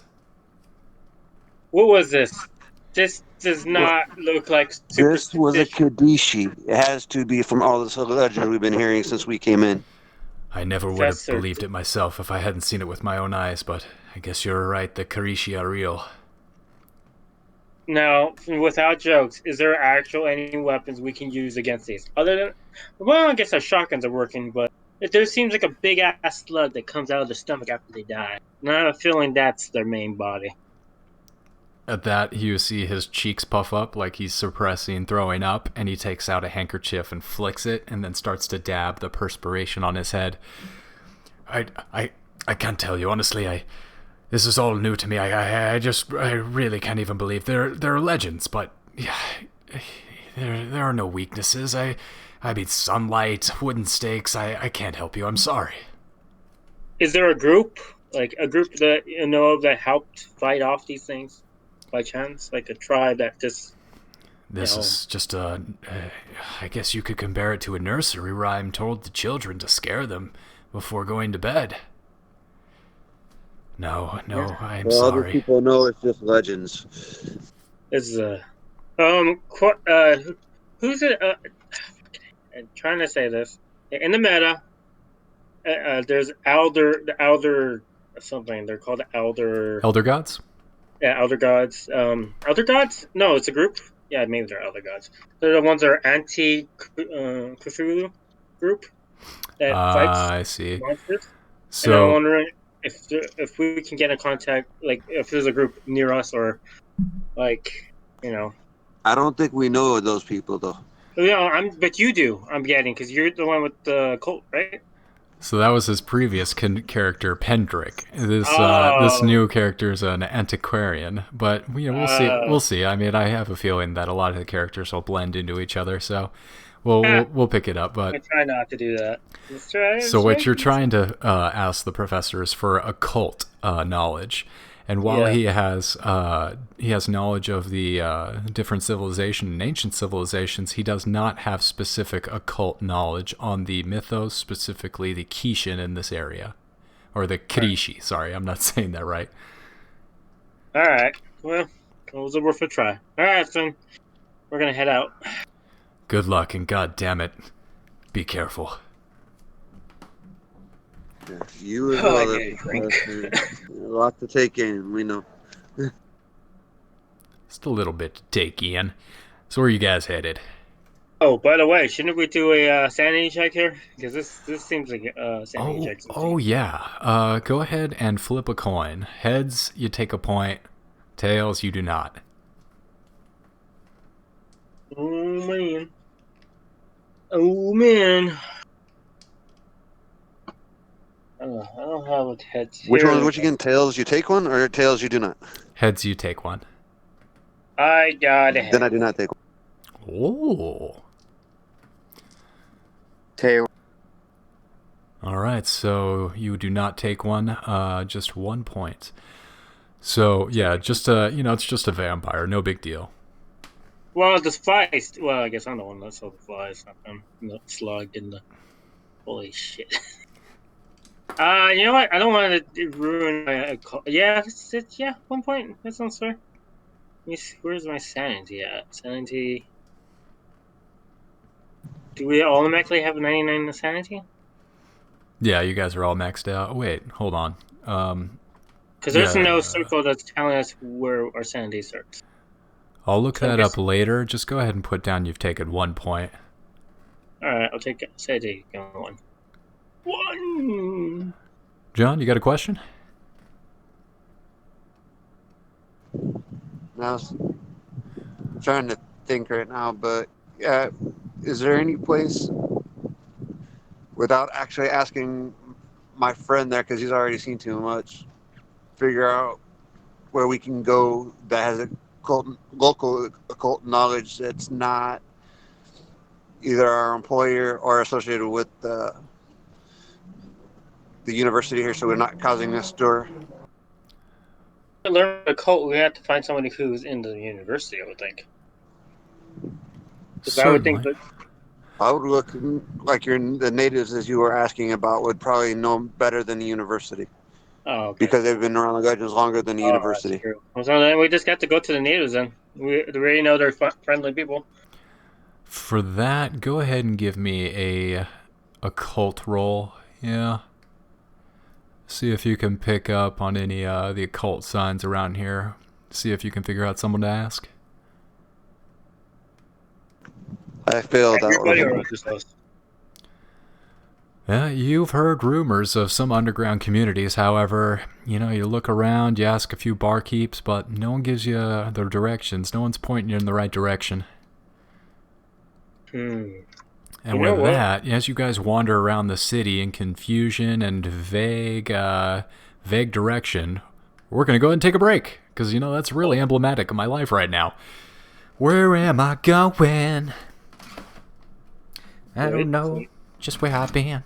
But yeah, 5 minute break. All right. So is the orgy a red herring? What orgy? What orgy? The train. That's all he can think about. Ever since you told him that's all he can think about. Oh boy, I made a mistake. I'm just asking if it's a red herring because occults do orgies. They do. There is an orgy in this book, actually. There is? Okay. Actually, there's 2 orgies, but I don't think there's an orgy in this particular part of the adventure. Oh, in this one? So, this adventure is I think this adventure is over 500 pages at least. Really? Oh, yeah, this is a big one. But, the orgies aren't until later. Oh, yeah. Yeah, you're gonna have to hold on for some orgy action. All right, but the only reason I was saying that because the cult is related to orgies sometimes, usually, and then you said there was an orgy in train and so forth, and maybe one of the people who are participating are probably one of the members that are trying to reawaken the vampires in a sense. You do realize that based off of everything we've heard, it's more than likely we're doing this exploration / being victims for the cult. Yeah, that's why we've done this before. We're good. Cults can't touch us. Can't touch us. All right, 5 minute break. Back at 7:50. All right.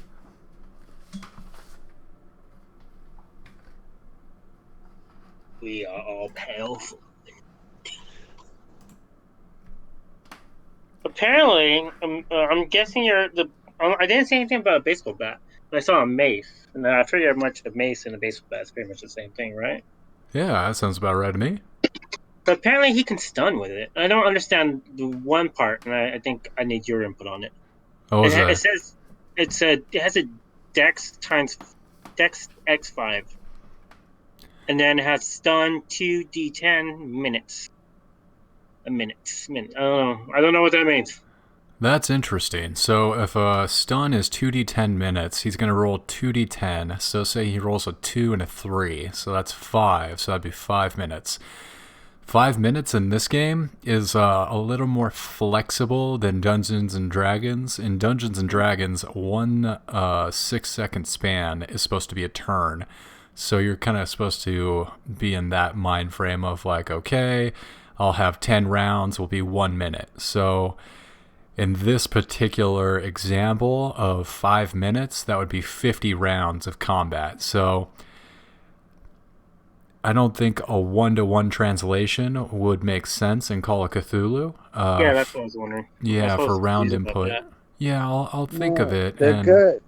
On those charts that were Well, I don't just want to make saying, it it looks like difficult. a large club would actually probably be more befit the bat. If you go on the very first thing, on the weapons table, the very first link he sent, go down to a large club. That's probably more appropriate for the. Oh, that is right. Oh, I did look at a cricket bat. Yes, that's right. You're right. I'm totally wrong. I'm sorry. Did not see that. Okay, so base chance and starting skill. Yeah, I guess it's a 25. Whatever. Yeah. 1d8 plus DP. And it's on touch. Oh yeah. This makes a lot more sense. I am sorry, I messed up on that one. It's okay. I'm getting distracted by shotgun stats or chainsaw stats too. Oh my god, that looks so cool though, chainsaw. Do the Bruce Campbell. And it's present. Holy shit. I didn't even know you could have a chainsaw in this. Well, in the 1920s, it might be hard to find one. Oh fuck, they got AK-47s? What the fuck? How? So there's a variant of this game called Pulp Cthulhu where you can run it in present day, and it's more of a Dungeons and Dragons. Yeah, it's kind of like a more hack and slashy Call of Cthulhu. Oh, I see. Okay. So then, I see it rare. Oh, okay, I get it now. So there's a present 1890s, all rare. Okay, I get these now. So let me get a gun that's present in this. Well, what setting are we in? What 1921. 1921? All right, so a 20 gauge shotgun, I guess, would be accurate. Oh, yeah. Actually, at this time period, the 20 gauge was more favored than the 12. The 12 gauge came into more prominence during, like, probably, like, after the turn of the century, like, later, probably after the wars. But, yeah, at this point, when the West was won, and they were actually, like, mountain men, and we were really, like, defining our country as a country of self-made billionaires, or self-made millionaires, beaver trappers. America's first millionaire was a beaver trapper. Really? Yeah, a lot of people don't understand that America was really built on the extraction of the resources and stealing the land. Well, I guess everybody knows that, but we know that part. I mean, the beaver trappers, that's like actual beavers, or is that just a reference to something else? So there were two crazy fads going on in Europe at the same time. There was this bird fad where everyone wanted these feathers for really colorful hats, but there were what put that fad, that fashion fad, out of business was these fur hats, these beaver hats, because beavers are the warmest pelt that you can buy. So everybody wanted like these super expensive beaver hats that were very, very warm and functional. So and overnight, nobody wanted these like fancy feathers because this is just a ridiculous bit of fashion that you have, and I want, something cool like a beaver. So yeah, everybody wanted beavers all of a sudden, and that feather trade fell off. But anyway, we're telling tales out of school. Let's bring it back into the game here. Okay, sorry about that. That was very interesting. Nicely said. Impressed with your knowledge. Now, so you guys, you're wandering around the city, tits and tats, and you pretty much spend the rest of the 17th. And as the kind of night fades, you find yourself kind of preparing for your final night before the big day tomorrow. And in the evening, you'll have your meeting at the Bar Coronado. Is there anything else you guys would like to do with the remainder of the March 17th, the day before?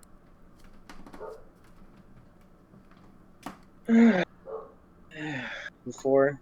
Oh, man. Are we ready? Rest up and everything. I guess we just head out, honestly.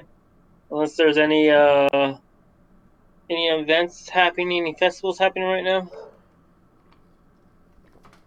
The streets are busy, but nothing out of the ordinary. I mean, you see occasional party, brightly colorful women, but it looks like there's some kind of musical group. We're gonna head to the village, I guess. So you guys are gonna head. So you guys are in the capital city, Lima, and you want to. You got a one night to kill, and then an entire day. So any kind of provisions that you'd want to stock up on before leaving for the expedition, any kind of tools, any kind of ammunition to reload up on. I mean, you guys are pretty fine, I'd say. You guys stocked up pretty thoroughly in New York, but any kind of last provisions, now's the time. Any kind of special weapons. Need some fire. I'm gonna go into the underworld, check around, see if I can get not explosive, but some like Molotov and stuff like that, the burn stuff, more. Now I want to get a mace. You want a mace? Yes. Fucking A. You can stun people. We can put you in a medieval mace and get you some medieval armor and say you're a time traveler. I'm joking. Here to save the future. Finn, the Time Lord, but he's not an actual Time Lord. He got out of the same asylum. Right, he thinks he's the master of time, but really he's just crazy in a medieval suit of armor with a mace. Yep. Which, honestly, if you go with the craziness, makes sense, because a lot of people in here are crazy. True. Alright, well, we can try, but I'm not sure if there's a mason around on these parts. Alright, so let's go to the criminal underground, and you can ask the people there, but you might have to pay some money for that. Alright, so we're gonna go to the local criminal gangs or underground movements, maybe. So you guys make your way into the bazaar, and you're looking around for a more criminal underbelly, and you eventually make your way into an alley that has a very thick layer of smoke, odd red lighting, as you kind of make the full turn from dusk into full night as you wander through the streets here. It's a very red light district kind of feel. You know, anything could happen. There are women propositioning you for a good time. Fun. Hey, sweetheart, do you know where I can find some information on, some product I can go buy? Oh, sí, por supuesto. ¿Qué necesita, hombre? Take out $1. Do you know English? Oh, sí, big boy. What do you need? I need some information. I need some equipment, some gunpowder, and maybe someone. As you're talking, she kind of grabs you by the hand and leads her into her kind of like little dancing area and gestures to you to have a seat and starts giving you a lap dance. Why, thank you. She's such a sweet woman. She kind of meets your eyes. Okay, I can help you find your ammunitions and your provisions. What else do you need? Anything difficult? I do. I need somebody in the cult. Someone who knows their way around it. You're one of those sickos. No, I'm one of the people who killed those sickos. She raises an eyebrow at this. Oh, are you now some kind of hero? I don't feel like one, but I don't want them around. She gives you a stern glance and then turns, leaves the room.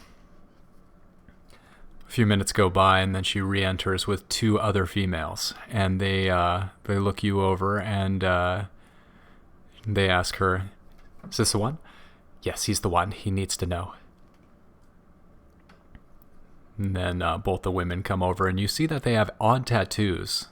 It's like a bunch of different jungle scenes with different animals. You see a jaguar on one of the women's arms. You see a snake coiling around the arm, eating a bird on the other women.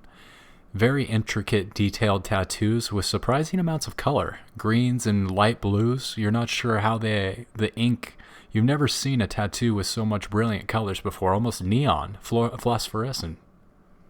Yeah. All right. Excellent. I am knowledgeable about the occult here. What do you need to know? Recently, I came across something like a vampire. Kirishi. Yes. They haunt We the killed hills one. up towards Puno. You did. You have done I good turned work. into a bunch of flies. Yes, they are quite evil. They are brought into this world by Padre de los Gusanos. Is there a way to kill them easily without wasting a lot of ammo? Padre de los Gusanos, his power does not know any bounds. He persists through time. He persists through space. You will not be able to fight him or his minions through normal means. Do you know of any unnormal means? Or anything that could be of use to us? Other than smart wisdom, avoiding such creatures, there is no special weapon. This is not your werewolf with silver bullets, American. That's too bad, because I gotta go into this place. I want to be well informed and. This is the information I give you. Keep your Do head you have on a any swivel. that can protect me by chance? There is no magic weapon. However, I will tell you, the Kirishi are slow. They cannot move fast, and they require melee range. Melee range. They require to be within reaching distance to harm you. That's very good information. Thank you. I take out $10. I give to both. She nods and puts it in her bra. I wish that the spirits watch over you. Go now and be watchful and watch your footsteps. Oh well. Thank you, madam. Accents are terrible. Sorry. It's all good. All good. I was kind of hoping, like, maybe if we could get a trinket of like something magic or something. No, it's all good. Hey, did you see Castlevania, man? Some vampires do not have magical trinkets. True that, man. True that. All right, let's get out. Let's head out, guys. I informed them what I found out. They need to be in close range to really hurt you. So, Finn, what's his character's name? John and Finn? Is it still Finn? Okay. All right. Well then, let's head over. Oh, unless you guys want to do something. That's all I could think of. Did I get my hands on a mace? Right, you wanted a mace. Fluffy wants a mace, huh? Alright, so you guys are in the red light district, and as you're about to leave, you have something to ask this mysterious occult woman? Go for it, man. You're the one that wants this. Do you have any maces here? Do you want a mace? Yes. Do you want something ornate, perhaps with carved iron faces to smite your enemies with? Sure. Well, that's too bad, because all I have is this stone mace. And she hands you a rock that has been tied to a stick. I'm laughing in the background. Isn't that crazy? You also see behind her is like a rack of weapons, and there do seem to be like some very ornate swords and some jewel-encrusted daggers, and you also see a two-headed mace of gold, and the mace comes down, and it's a very almost like a black jewel-encrusted handle, and two faces that face out in separate directions are carved of pure gold, and they're pretty small. But you can tell that this is more than enough weight to smash a skull with some skulls. Yeah, but how much is it? How much is it? Oh my god, they have a Zombok toe. Your soul is coming to life in the form of the Zombokto. Your Zombokto looks like this, a golden mace. Oh my god, please. Just continue. I'm joking. You geeks. You wonderful geeks.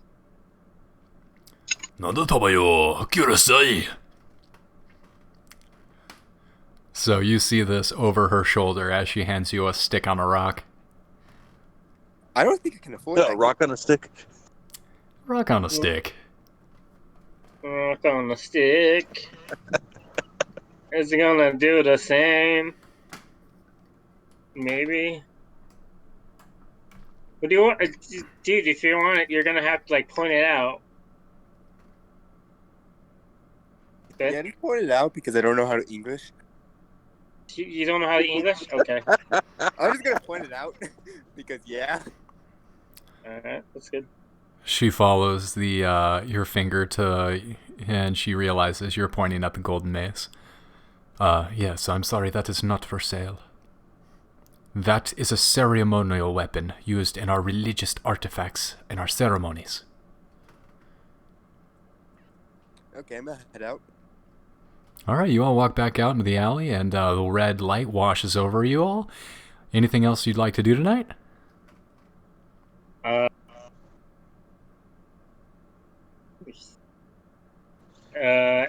of meta, is this an actual weapon in the Call of Cthulhu? Like, is that a special weapon, or is that something you just made up in your head? I was baiting Fluffy there. Thought so. Alright, let's, do you guys want to head over? We can at least be a day early. I said be a day early. I don't want to, I'd rather be early than late or right on time. It's still nighttime the night before, so we still got the next day. But once we get back to our rooms, I want to study that coin more. So I'll have time to actually look at it, not just a quick glance over. All right, let's head out. Let's go back to the hotel.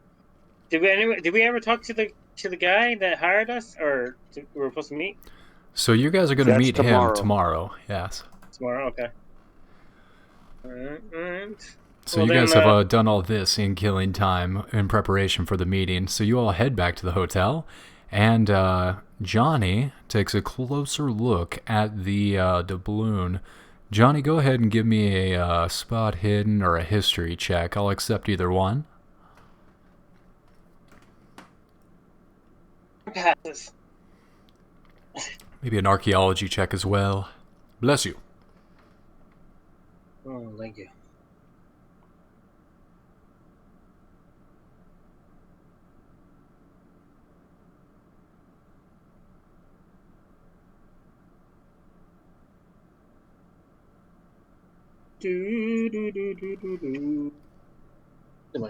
Oh, there it is.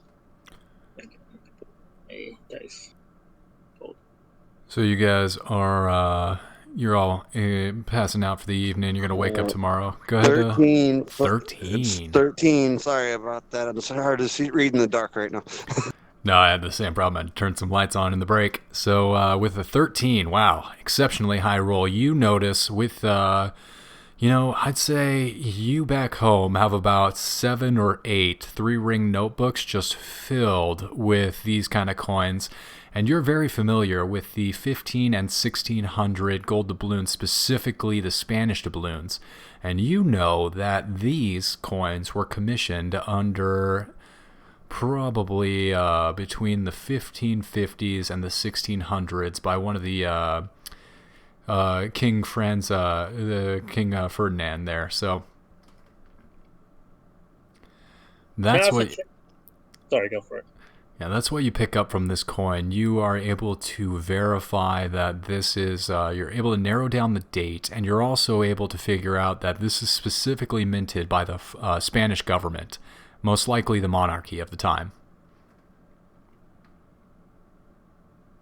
While he's doing that, can I listen in on to our next door neighbors and see if there's anyone there? Go ahead and give me a listen roll.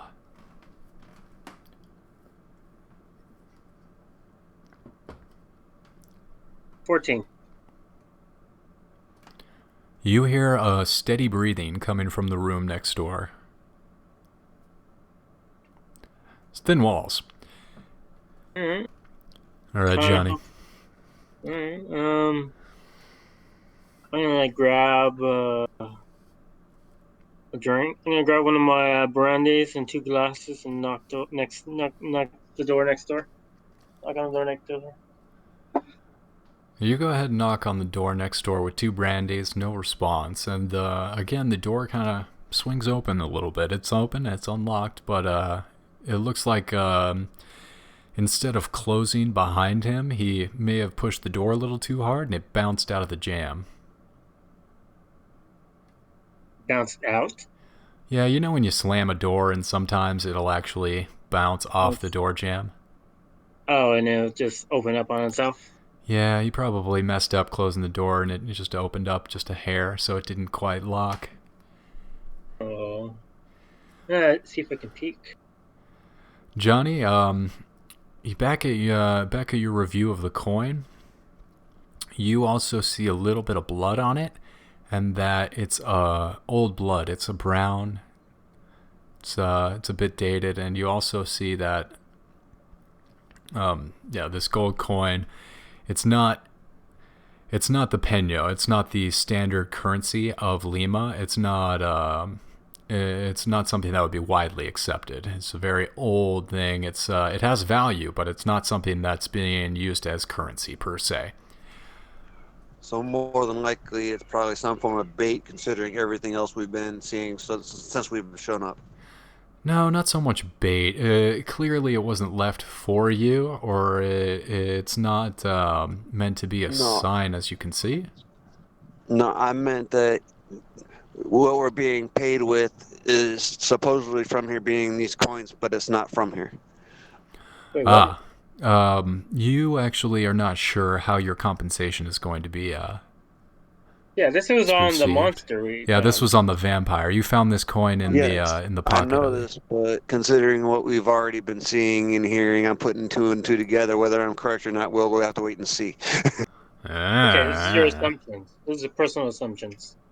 Alright, cool. Alright, so zooming back over here to Max. Max, you open the door, and you find a man lying on his bed. Is he alive? As you open the door more fully, you allow some of the lights from the street to flood in, and it's not, there are some large candles in some of the lanterns on the street, and there is a pretty good sized moon, so you do allow some light to filter into the room, and what you see is the rising and falling of this man's chest, and you look down and you see a white man. Wait, like the vampire white man? That white of a man? Ethnically white, and you look for some kind of similarities between him, this person you see on the bed, and the vampire, and you can tell immediately that this person in front of you is a modern man. He's dressed quite nicely, even though the room that he is in is a filthy squalor, and he seems like some kind of well-to-do American. He looks like a blonde-haired gentleman. And go ahead and give me a spot hidden check now that you are in the room. Well, at the door, at the threshold of the door. 51, and I'm gonna push it. I'm gonna push it. Ooh. Come on, baby, give me something funny. 41. Is that a success? That is a one. Spot hidden. So listen, spot hidden. 40. So I guess it's a failure. Yep. So you see a bottle on the nightstand, but you can't quite read what the label is at this distance. You also look around the rest of the room, and just this wave of smells, these rank odors. It's clear that he's not letting anyone in here to clean the room. He's been here a while, and you're not sure why it smells bad, but it is rank. It's got that meth vibe. Meth 5? Oh. Alright, that's There's trash all over the floor, clothes strewn all over the furniture and the bed. I'm gonna go take back my drinks, put them back in my room, close the door, and then I'm gonna. Can I do a sneak? He's probably asleep, I'm guessing. Can I do like a sneak stealth? Yes, go ahead and give me a stealth roll.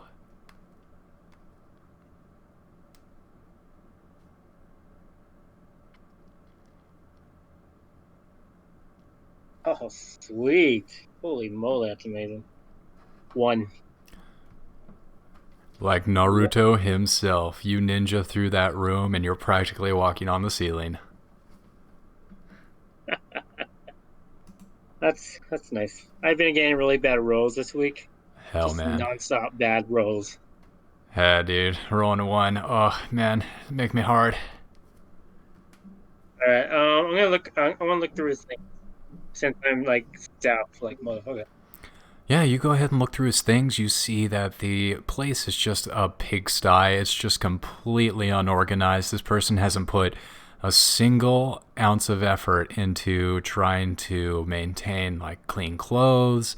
There's food, half-eaten food everywhere. And then you get to the nightstand and you see the bottle that you noticed earlier. Yep. And it reads in Spanish, heroína. Is there a... What about his artifacts that he was like showing off? Are they anywhere in there? What? You look around the room and you put down the bottle of heroin and you see... Yes, give me a second. You are going to find something. I need to look it up. Mom, I'm playing a game. Can I call you back? Oh, okay. Okay. Good night, Mom. I love you too. You too. Bye-bye.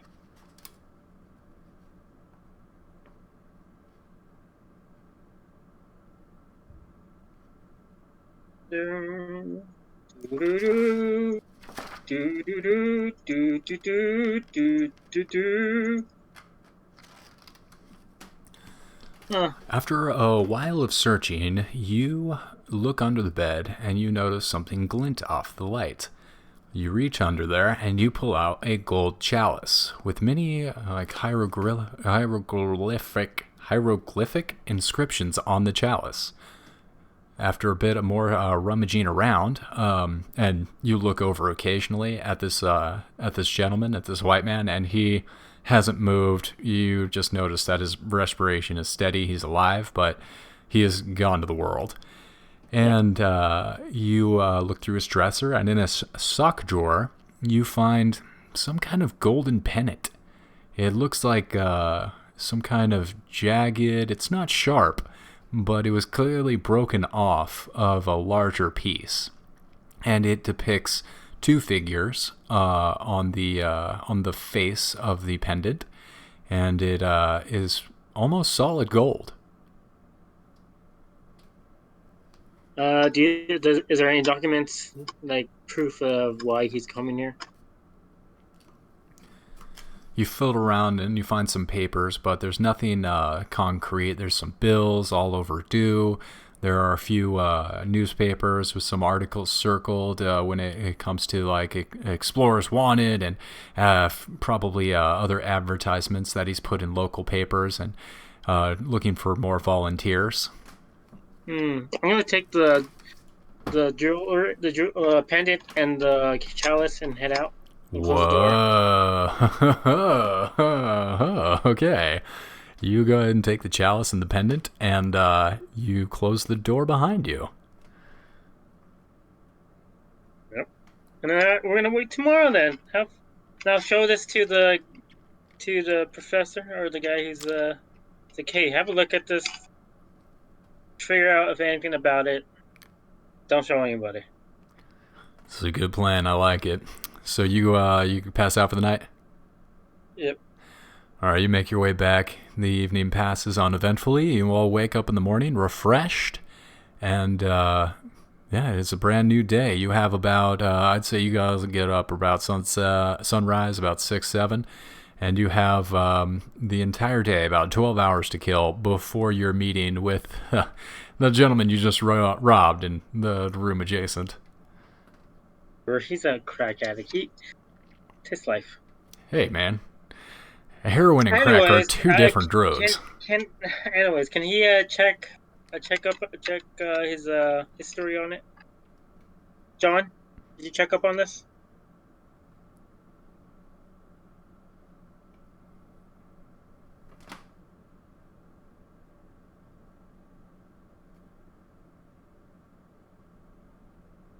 All right, I'm gonna take one of his books and see if I can see. I'm gonna do a history check. Yeah, I can check up on it, but sorry, having a little bit of trouble. You're good, man. Okay, so Johnny, I'm gonna need an occult roll. Also, I'd accept an archaeology or history check for examining either the chalice or the pendant.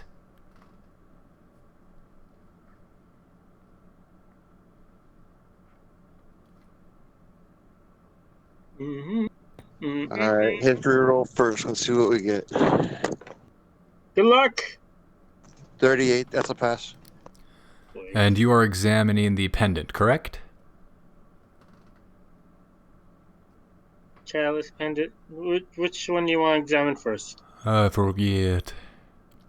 We're gonna go with pendant. It actually said the chalice, I think, but it doesn't matter. Chalice, Either one. All right, chalice it is. So you look over the chalice and you see that this is about the same time period. This is going to be from your doubloon. This is going to be about 1550s, 1600s, or late 1500s, early 1600s. Probably from, again, Spain is what this looks like. You're not sure the origin of the gold in particular, but you notice that some of the inscriptions and the hieroglyphs, they look like representative of the Inca culture at the time and might have been offered as tribute to the Spanish. All right then. Can you check the pendant? All right, now let's check the pendant. All right, now checking the pendant. And what are you using? What skill are you using to look over the pendant? We'll use occult for that one. Interesting. I'm gonna have to push it because I failed. Ooh. I'm gonna break it. 38, which is a pass. 38 on your occult roll for the pendant. So you look over the pendant and you put your hand to it. You're trying to sense what this was used for, what its purpose was. And as you ask the question, it's like gears clicking into place, like some kind of clockwork, and it ticks into realization. This was part of a larger structure for some kind of containment spell. You're not sure how that knowledge is given to you, but the lines, the trapment, the repeating patterns, it looks like it was meant to confuse and contain some kind of force. Oh. And as you kind of feel that and that realization goes through your brain, the pendant vibrates ever so slightly.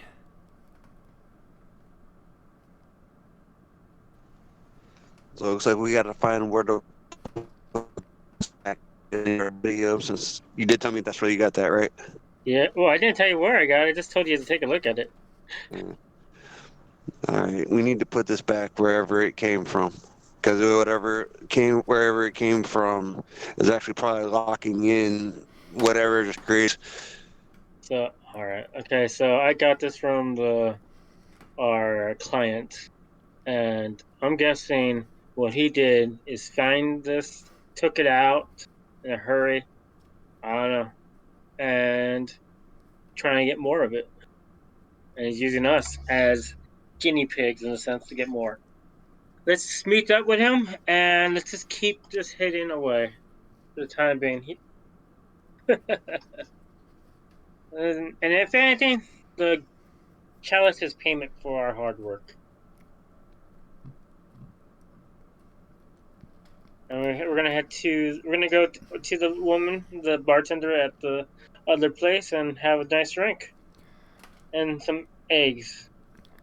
Right on, right on. So you guys make your way to the bar Coronado, have yourself a lovely little breakfast, have some eggs, a bit of coffee, and the nice waitress that you met before, she comes over and she's serving you, and because you tipped her well and flirted with her, she kind of winks back at you and says, Buenos dias, senor. Hello, madam. How's your morning going? Well, it's quite lovely, thank you. And yours? It's going out wonderfully. That's lovely to hear. And do you have plans for today? What do you understand that you're looking for work? Yes. We're waiting for the gentleman we were talking about earlier. Yes, Larkins. You told me. Well, you watch him. You be careful. He's been a okay customer. Okay. Yeah, okay. Well, that's too bad. You deserve the finest customers. Well, look, it's like I am personally, like for me, who I am, I do not like junkies in my life. I have had bad experiences with how they treated me, and I do not let those people into my life anymore. They are abusive, and I do not appreciate how they act. You are a very, very intelligent woman. Thank you, yes. How are you? No, well, I gotta expect it. What? Gotta respect it. Damn straight. I mean, some people don't change, so you expect them to behave how they behave. Very true, very true. So for me, I respect myself, and I only allow people to treat me as I would have as I would treat others. So you would treat me like a god, just like I would treat you? I would hope so, because I am a goddess. Mm-hmm. I put a $5 bill on the table. And I was like, I'll take a brandy as well. Of course, sir. Coming right up.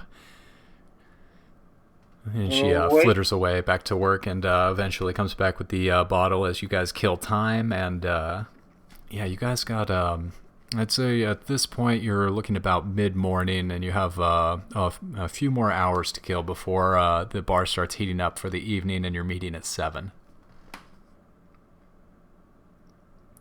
Well, we got nothing better to do. Unless you have got... I'm gonna wait. Alright, so you guys pretty much kick back the whole day just watching the comings and goings of the bar, all the different people that come in for their morning and start drinking at lunch. If there's any rumors going around that would be useful for us, also be listening in. During the lunch rush, you guys do hear about the incident at the university where Rizzo was attacked. It's kind of under hushed whispers, but there is a rumor going about the city that the vampires had struck the university. And you hear, some of the people that are tying one on at noon and just getting, they're having martinis, not a beer at lunch. Yeah. They're talking loudly, and they're saying, things like, and can you believe it? Sucked her dry. Oh my goodness. I wonder if she's okay. And and his friend comes back and says, "Yeah, I wish she would suck me dry. Am I right?" Nice. So eventually, you guys see the shadows grow longer, and eventually the hour comes. It's about 6:30, and you notice that through the door walks a man in a white tuxedo, and you, Max, notice that this is, in fact, the man who was in the room next to you the previous night. This is Augustus Larkins, and he walks in and has a seat, tells the bartender, talks with the female bartender, who points over at you guys and walks up to your table for a seat. Howdy, and he reaches to introduce himself. Howdy, y'all. My name's Augustus Larkins, and I'm here to put together an expedition out into the jungles of these parts. Interesting. We've been hearing a lot of things about these jungles around these parts. Well, you can't believe everything you hear. The locals are a bit superstitious, you understand. Very true, especially one of the people at the Never mind. I'm sure you haven't heard. I'm sure you heard of it. Yeah, talking about the attack at the university now. Look, I heard about that myself, and if you ask me, it's just hysterics. But I swear, anybody, they want a better rumor in this town more than they actually want a good fact. Sounds about right. Mm-hmm. So, tell us what is required of us to do at this Well, of course, all of you all three looking to join the expedition? I was expecting more. Juanita, is there any other people here looking to join the expedition, or just these three? And she looks back at him and responds, yes, also this fellow here. This Jose Hughes. And at that, she points to a black man over at the bar who stands up and makes his way over to the table and introduces himself. Howdy, y'all. My name's James Hughes. My name's James Hughes, and I'm here to join the expedition as well.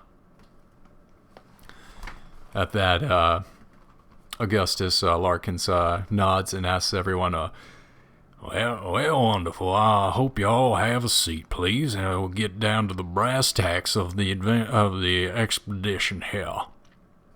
Now, I came across a few artifacts previously made of complete and solid gold, and after a few weeks of trekking into the jungle by Pona, I was able to discover a pyramid half submerged into the dirt and jungle, buried. Now it's here that I was able to find the more gold artifacts, and I proposition that we make our way back to this pyramid for further treasures. Can we have a look at these artifacts? He grimaces at that. Well, I would present them immediately. However, and I know how this sounds, but I was visited last night by burglars, and they had taken the artifacts I was able to recover from these sites. But rest assured, I tell you the truth, and there are more artifacts to be recovered. I would like a little proof. Make sure you're telling the truth. And not trying to set us on a wild goose chase.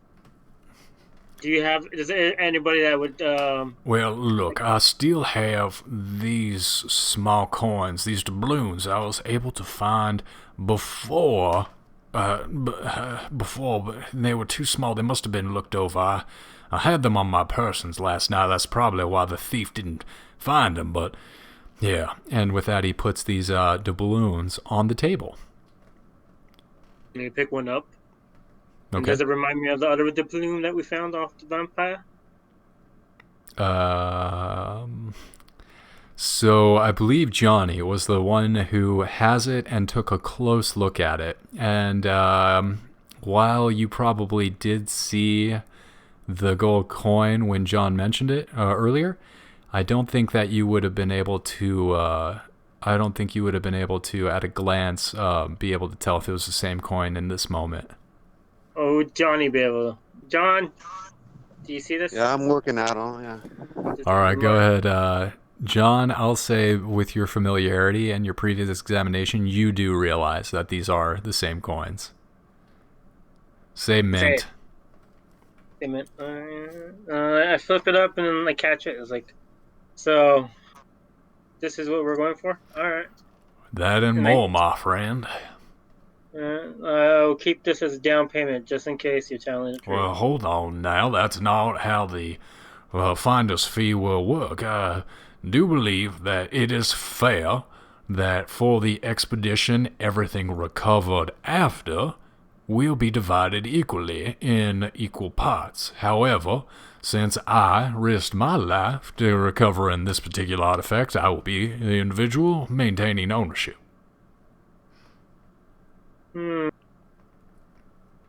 Alright, that's fair. That makes sense. I just want to make sure you're not putting us in the jungle and then you're gonna disappear halfway through, and we're My good man, stranded. I am invested in this expedition. I have backers back in New York.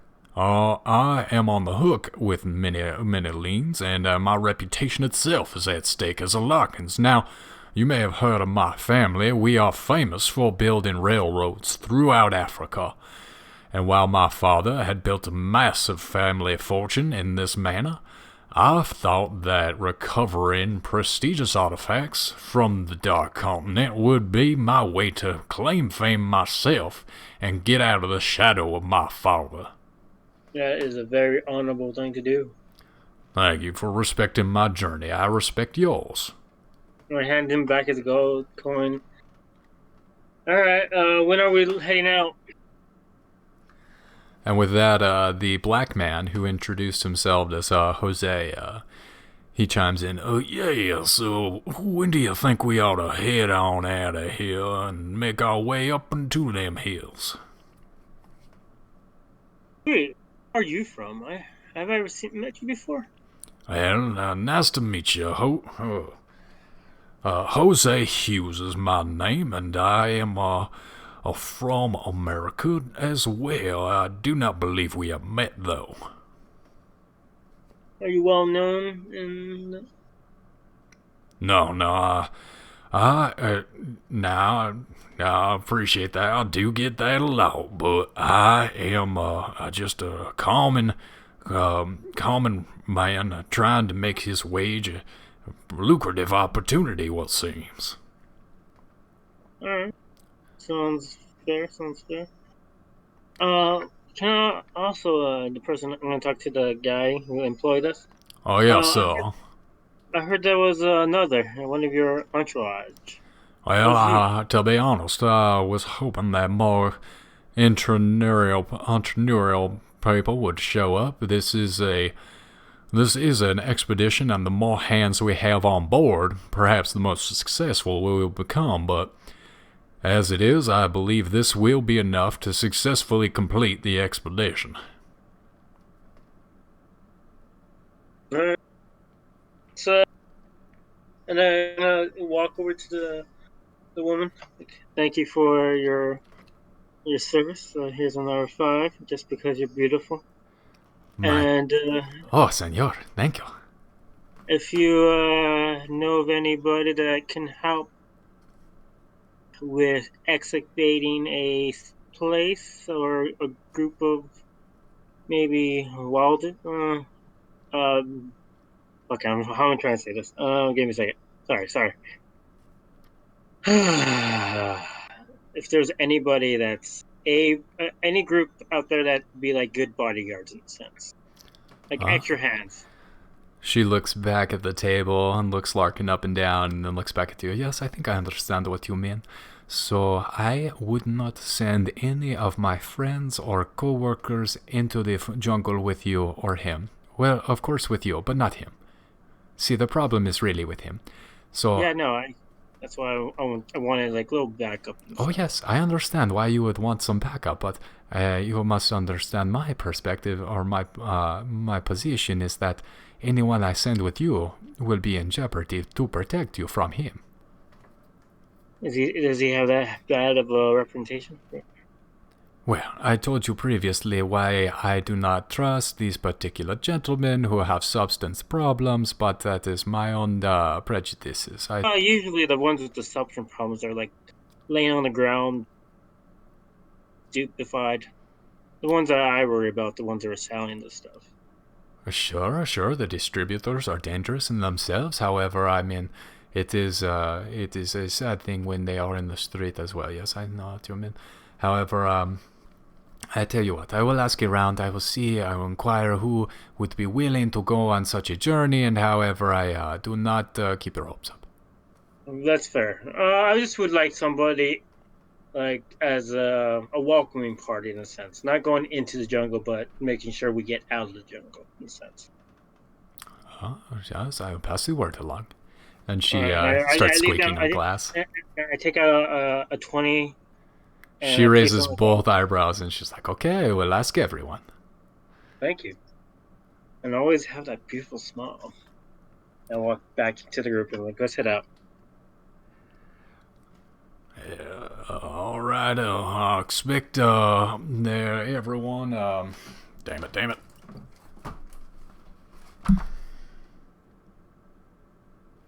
All right. Well, if it is agreeable to everyone here, I believe we shall gear up and head out towards the AM of tomorrow, say 9 o'clock. We'll meet back here at the Bar Coronado and then make our way out to the outskirts of town. All right. Sounds good. All right, then with that, I will bid you all a good night, and I'll see you in the morning. Good luck, gentlemen, and have a good evening. And with that, he gets up and he leaves. And as all you stand, Jose remains seated, and he kind of addresses the group after Larkins kind of starts walking away, and he's like, well, hold on now. How about I invite y'all to have a drink with me? I'm buying. Rounds on me.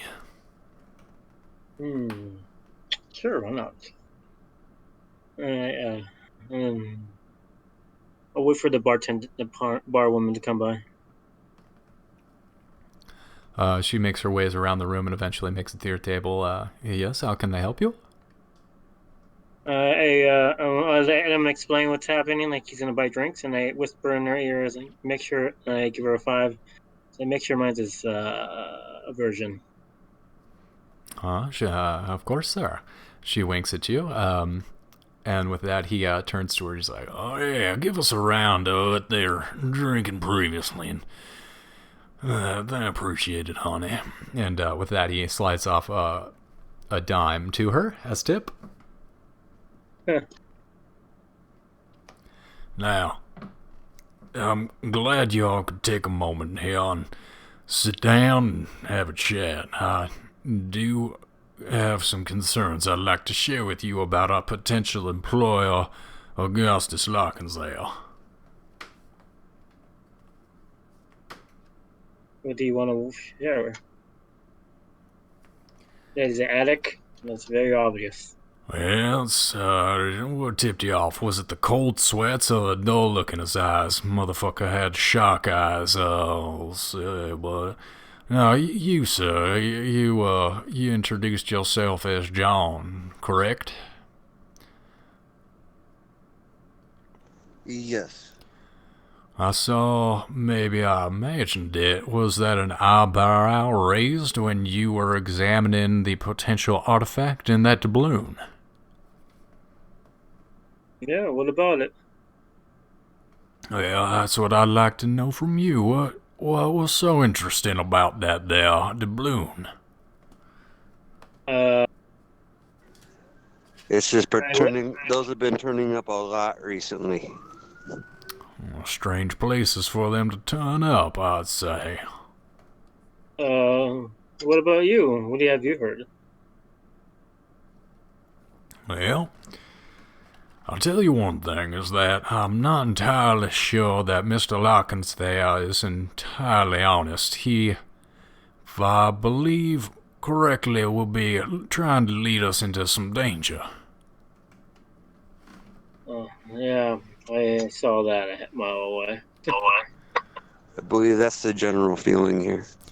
Yeah, but I want to make it clear that this is not the average or expected danger of an expedition. While malaria and exotic animals are standard fare in this type of expedition, I do not believe that is the chief danger. Okay, then what's the chief danger? Well, I think it'd be best if I reveal my true identity to y'all. Very well. Who are you? My real name is Jackson Elias, and now that's why you may have recognized me previously. You may have heard of my work before. I wrote The Black Power. Oh. And let's see, Johnny, you would know this in history just because of your field as an antiquarian and with your interest in the occult, that this gentleman wrote The Black Power, which is an extensive work on the voodoo and black magics of the African continent. It's written by a well-regarded author, Jackson Elias, who's acquired a bit of a semi-celebrity status. Kind of imagine like J.K. Rowling's and Harry Potter, but all death cult magic. Oof. So he's a mage, and he's a wizard in this world, pretty much. He's a wizard, but more from like a historian perspective. Think Indiana Jones. Oh, okay. Well, that is my true intentions here, is to come and research some of the... Vampires? Well, I understand. It's a local Well, we legend. had a little... if we're being honest with each other, we had a nice encounter with one recently. Yeah, sure, I'll bet you did. It's a 20-foot bat came out of the sky and swooped down upon you, I'm sure. It took off the babies and the children, yes. Interesting. That It was 12 feet. Well, it was more like 6 foot. It was a round mouth, spiky teeth. Now, that's a wonderful story, but as a man of science, I am constrained to the physical realm. realm. Oh my god. And I placed it on the table. Now. And I want him to understand I'm being serious here. I understand you're being serious, but you have to understand that my perspective is most of the evils in this world are from men, and the cults that they form are the true evil, and that's what I'm here to research, sir, and I am serious in my own work as well. Very well, then what have you heard about the vampires that you have? Or the ones that we just talked about, in a sense. I believe that these vampires are merely avatars of the cult, the Kirishi cult that have been operating in these parts for hundreds of years. Now, this kind of belief system is very dangerous because it passes down and it could wreak havoc on a community. Yeah, sacrifice and so forth, yes. Yes, and that's what I believe is going on here. Now, they may call themselves Kirishi or vampires. I'm sure they've got 4 or 6 different names. They usually do. Mm-hmm. Now, friend, I want to make it clear. I respect you. And I've maintained my reputation and my success by keeping a level head on myself. You can't just wander out into the aboriginal bush without having some kind of steadfast to you. Believe half of what you hear and none of what you see, or whatever that saying is. Yes, and this is not our first rodeo here either. A very nice cult in our jurisdiction had a nice ending. Probably is gonna end the same way with this one. Y'all have experienced cults yourself? Yes. And one. I laugh like crazy, like happily. Oh my goodness! It's always good to meet some other professionals in the field. Where did you meet the encounter? How many of them were there? Who was there? I have so many questions. Who was their cult figure? Who was their cult figure again? That actually was Galaki. Galaki? Yeah, he's like the fungus zombie elder god. What? Oh, Galaki. With the white robes and everything. I thought we ended the. That was a reverend. I can't remember the name. Oh, I thought it was we were.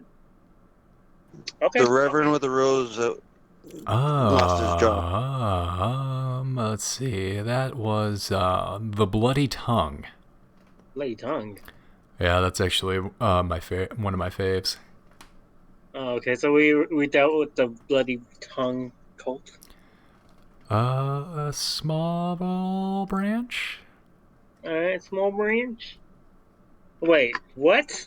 Like a teeny tiny, like a sub branch. Oh, that is not good. When is it ever good? Well, I was hoping we killed off them, honestly. Nah, not that lucky. Well, we can always hope to be that lucky. all right, let's continue. Sorry, and I tell them the name of the cult. That's fascinating. I had no idea that they were operating that far north, and in New York City, no less. My goodness.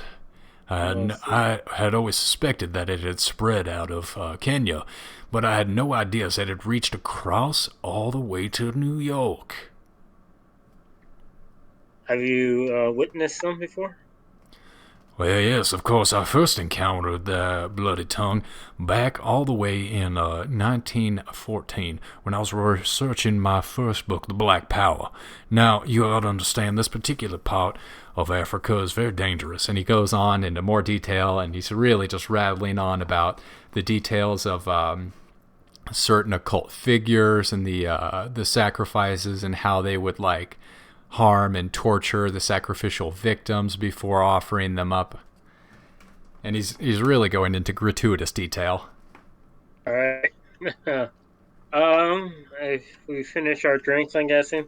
So is there anything you want us to know other than what you have already told us? We are definitely going to go in, and if really, we just want to make sure we can trust you. Look, you can all trust me, but I wanted to tell you before we got too deep with Larkins here is that I believe he is involved with this Karishi cult. Are you saying he's part of the group? I'm not sure how he's tied, but I do believe yes. Do you have proof of this? Well, no. Okay, well, I'm glad we were just gonna go on trust. That's fine with me. Well, I trust you. Do you? Sure, you lot look like a good folk. This Finn here person, I mean, I'm not too sure about him, but yeah, you look fine. Good to hear. All right, well, we gotta get ready. I'm going to be honest with you. I'm going to be straight up. Have a shotgun. Get a shotgun. Get bullets. Well, thank you. And he takes a shotgun as he looks over at Finn. Yes? No, not one of our shotguns. Go buy a shotgun. Oh, yeah, okay. You're right, of course. I'll make sure I'm prepared for whatever eventualities will come on there for us there. Now, you sir, what, you wanted to say something?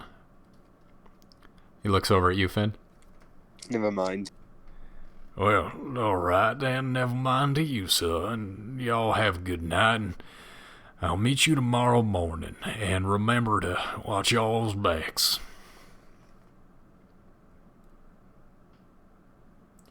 With that, he scooches the chair back with the wood on wood screech and makes his way out of the bar. And you all find yourselves in the Bar Coronado after a bit of an odd couple of drinks, but you've managed to figure out that you're going to meet up for the expedition tomorrow, that you all are going to be making your way into the jungle together as a party of 5, including Jackson, Elias, Augustus, Larkins, and yourselves. And we never figured out what happened in Mendoza. So you guys didn't ask him about Mendoza, and he was not accompanied by anyone today. He was alone. Where is he? Where is he? All right. I'm gonna do a spot hidden check if there's anybody watching us. Yeah, go ahead and roll. Yeah, that's a 36, and I have a 40, so yes. You look around the bar, and you notice at the window there is someone looking in, and you catch eyes, and as soon as you meet each other's eyes, they turn away and start walking towards the back of the establishment. Is this the same figure I saw last time in New York or whatever? No, different figure. He does not have a raised collar. Is he in a car or is he just walking? So this person was looking in through the window. It looked like they were trying to be inconspicuous. However, when they locked eyes with you, they moved. They started walking around the corner. Out of the window frame. All right. I'm gonna go see if I can catch up with him. I'm gonna reach over to those guys and the other guy. It's like, hey, you want to come and find out what this person's. You know what? Come along with us. You might see something fun for your book. We're making an art book. Who are you talking to? I think he already left. Oh, you left already? Jackson's gone. Oh, well, all right then. Never mind. Let's get out of here, guys. I saw something. I want to have a look at it. Oof, I can't speak today. English, right? Yeah, man. It is just not working. It is just not working right now. Don't worry. I'm gonna go. We're gonna chase after him. After it. Dex check. Everybody who wants to chase. Cool. I got 80, if I remember correctly. Oh my! Yeah, so you slam your hip into the table. What's that? 22. 35. Okay, so Johnny and Finn, you pretty much, Max runs up to the table. Hey man, there's someone outside. We gotta find him. And Johnny and Finn bolt up, make it outside the door, and are already around the corner, while Max slams his hip into a table and is like limping. Oh wait! I thought you wanted my extra dex. That's my extra dex is 80. Oh, okay. Well, that's really high. Rolled. Oh wow. Oh yeah, you have a super high dex. Yeah, that's why I was confused for a second. But I got a 46, so it's still... Okay, so all three of you succeed. So you all get up, dash around the corner, and as you come around the corner, you all see another figure, and he is a bit shadowy. He is in a full sprint running down the alley. However, while he's making the motions of a full sprint, it doesn't seem that fast. He's got like short little legs, and he turns around and he sees that you all are in pursuit. How far away is he? He can't be that far if we're running at full speed. At this point, I'd say about 40, 50 feet away. All right. We're going to run at full speed towards him. I want this guy. Oh boy, it's chase time. All right.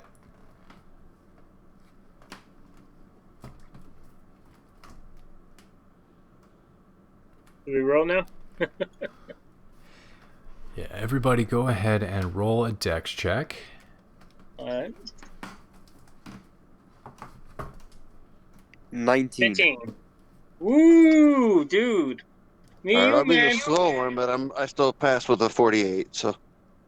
We got a 15 and a 19? Hell yeah. Right, so I rolled a 49, which is not a success. So you all will gain on him, and he sees that you guys have covered about 10-20 feet on him as you close the gap between the two of you. He's going to try and dive into a corner. Is he in view distance? So he is he's running at full sprint and dives around a corner, and you guys are going to need to make a spot hidden check. Alright. Come on, baby. So you all come around this corner and you're looking for him, and you don't immediately see him in the crowd as he tries to disappear into the crowd. 16 for a spot hidden. Wow. 7. Wow. Wow. Alright. So he rolled So we have 2 successes and a failure. So he rolled a 43, which means that you guys spot him as he's trying to Assassin's Creed, like slow walk into the crowd away. You see that he's kind of like going against the flow of the crowd, and you're able to come right up behind him. How big is he again? Shorter than you. There are 3 of you, and he is... It's strange. He's got this white man complexion, although he's clearly not from America because he's very short. And he's got this brown hair, brown eyes, and he's still trying to make his way like away from you. He hasn't noticed that you're right on top of him. Is there any alleys nearby? Pull him towards. Sure. I'm gonna grab him. I'm gonna grab both his arms and pick him up and move him towards. I'm gonna grapple him and take him towards the alleyway. Okay. Johnny and Finn, you guys see Max make a grab for this guy, and as soon as he lays hands on him, this guy turns around and then puts his hands on Max. And Max's face curls into pain twists. His face, just lines of streaks of pain shoot through his face. This guy has grabbed a hold onto you and is crushing your arms. You son of a bitch. I should have just shot you in the head. I was trying to be nice. And he is pulling you in to his face. And as you look into his face, his mouth drops wide open and row after row of jagged teeth glisten. I'm gonna try to tackle him before he can actually lock on. All right, go ahead and give me a dex check. What are you doing? What are you doing, Finn? I'm gonna kick him. Go ahead and give me an attack roll. All right, we're just in a melee in the middle of a success. All right. Okay, so you tackle him to the ground, and I'll say you're able to kind of wedge your arms in between this creature and your friend Max here, and you're just able to keep them apart barely. In fact, it's still pulling him closer. It's still drawing him in. This thing's strength is freakish. 20. Head this motherfucker in the face. 20. What are you attacking him? Well, you're kicking him? That's a melee attack? Give me a pyramid. D4, please, for damage. 4. You rolled a 4? Jesus, okay. So done. All right, what are we doing here? Max, what are you doing? I was gonna headbutt his face, honestly. Go ahead and give me a headbutt attack.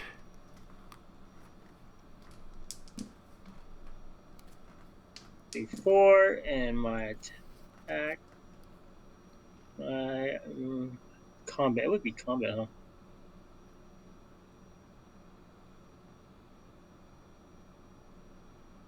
Oh, yeah, it's passed. Woof! What'd you roll? I rolled a 34 and mine's a 40 to pass. So he rolled a 12. Nice. Yeah, this is actually like my best roll of the night. I've been rolling in like the 40s and 60s all goddamn night. Yeah, I noticed. Finally, now that I have you in my hands, I roll high. Yes, yes. Apparently. Okay, so you go to headbutt him, and with that momentum forward, you put your chest directly into his mouth. And he latches onto your chest, and you can feel some kind of proboscis where his tongue should be slamming into your rib cage. He's making a hole inside of your chest, and with that, as you feel a puncture and another puncture and another, pressure of vacuum is created, and it is so strong you can already feel your fluids evacuating your body into his. Finn, shotgun his face. Okay. It is, actually, it's Johnny's turn. Oh, Johnny.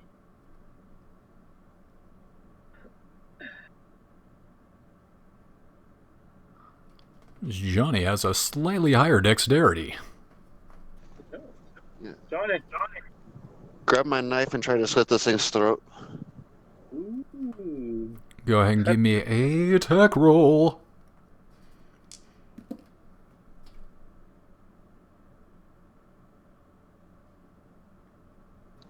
69. Nice. I rolled 100. Oh, cool. I know, right? And we got a 1 tonight and a 100 tonight. So let's see. Are you gonna GM? Are you gonna push 100? I don't even know how he would do that at this point. So you're gonna get him with a knife.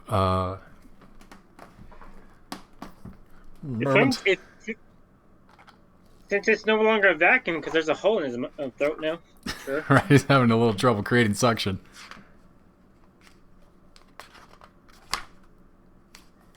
Hand-to-hand weaponry. Nice. Go ahead and roll 1d8.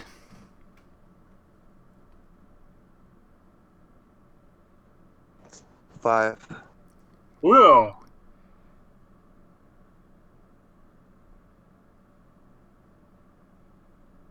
And what is your dexterity?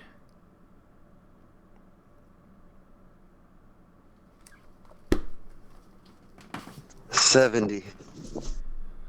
Wow. So with a very deft motion, almost like you're some kind of ninja right out of the Naruto Shippuden series, you take your knife and you try and stab this thing in the throat, but its flesh gives way and you end up completely cutting the head off. However, the head is still attached to Max's chest. Horrible sight. And with that, a fountain of blood just erupts out of the body, and a chihuahua-sized maggot starts wriggling out of the neck stump. Kill it! Kill it now! I believe it's Finn's turn. It is Finn's turn. Stomp on the maggot. Stomp on the maggot roll. Holy shit, man. 23. Yeah, you just completely crush this thing, and this like blue ichor like splats out in about 2-3 feet on each direction out to the sides. Man, I'm gonna need new shoes. We'll have the money, don't worry. Am I let go from this thing now? It's still latched onto your chest. It's really stuck. But my hands free. Yes, your hands are free. I'm gonna grab my knife, and where the jawline is, I'm gonna stab it with the jawline, and release the muscles. It takes you a second to carve, and you're kind of having to like really anatomize this thing and take its not human muscles. It's very strange, and you're put off by the whole thing. But eventually, after about 45 seconds of just really sawing at this thing, you're able to, and it falls away. And I'm gonna take out one of the teeth and see if this will turn into. Interesting. So you harvest one of the teeth before you notice that the rest of the body, like before, is writhing and evaporating into flies. Yep. Yeah, first it becomes like the body like disintegrates into these white little fleshy wiggly rice pieces. And as you look closer, they are in fact maggots, which mature and fly away as flies right before your eyes. Do I still have the tooth? You look down in your hand, and it looks solid, and then becomes squishy and turns into a maggot, and then becomes a fly and flies off. Such an interesting thing. Oh man, the people that are nearby must be terrified. They've all screamed and ran away in horror. This is the second one we killed, damn it. Okay, so you need to. I was hoping it wasn't. They're not afraid of sunlight, are they? As you're wondering if the vampires or the Karishi or whatever they're called are afraid of sunlight or wooden stakes or perhaps running water or priests, you think, man, this is going to be a weird adventure. And then the Star Wars music starts playing and fade to black. And that's where we're going to pick it up next week. Sounds good.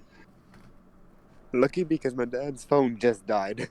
Nice timing. Nice. All right. That was fun, guys. Good game. That was intense. You guys did really fucking good. A new method to just stomp on it. Stomp on those maggots. Alright, stop streaming. We are no longer live.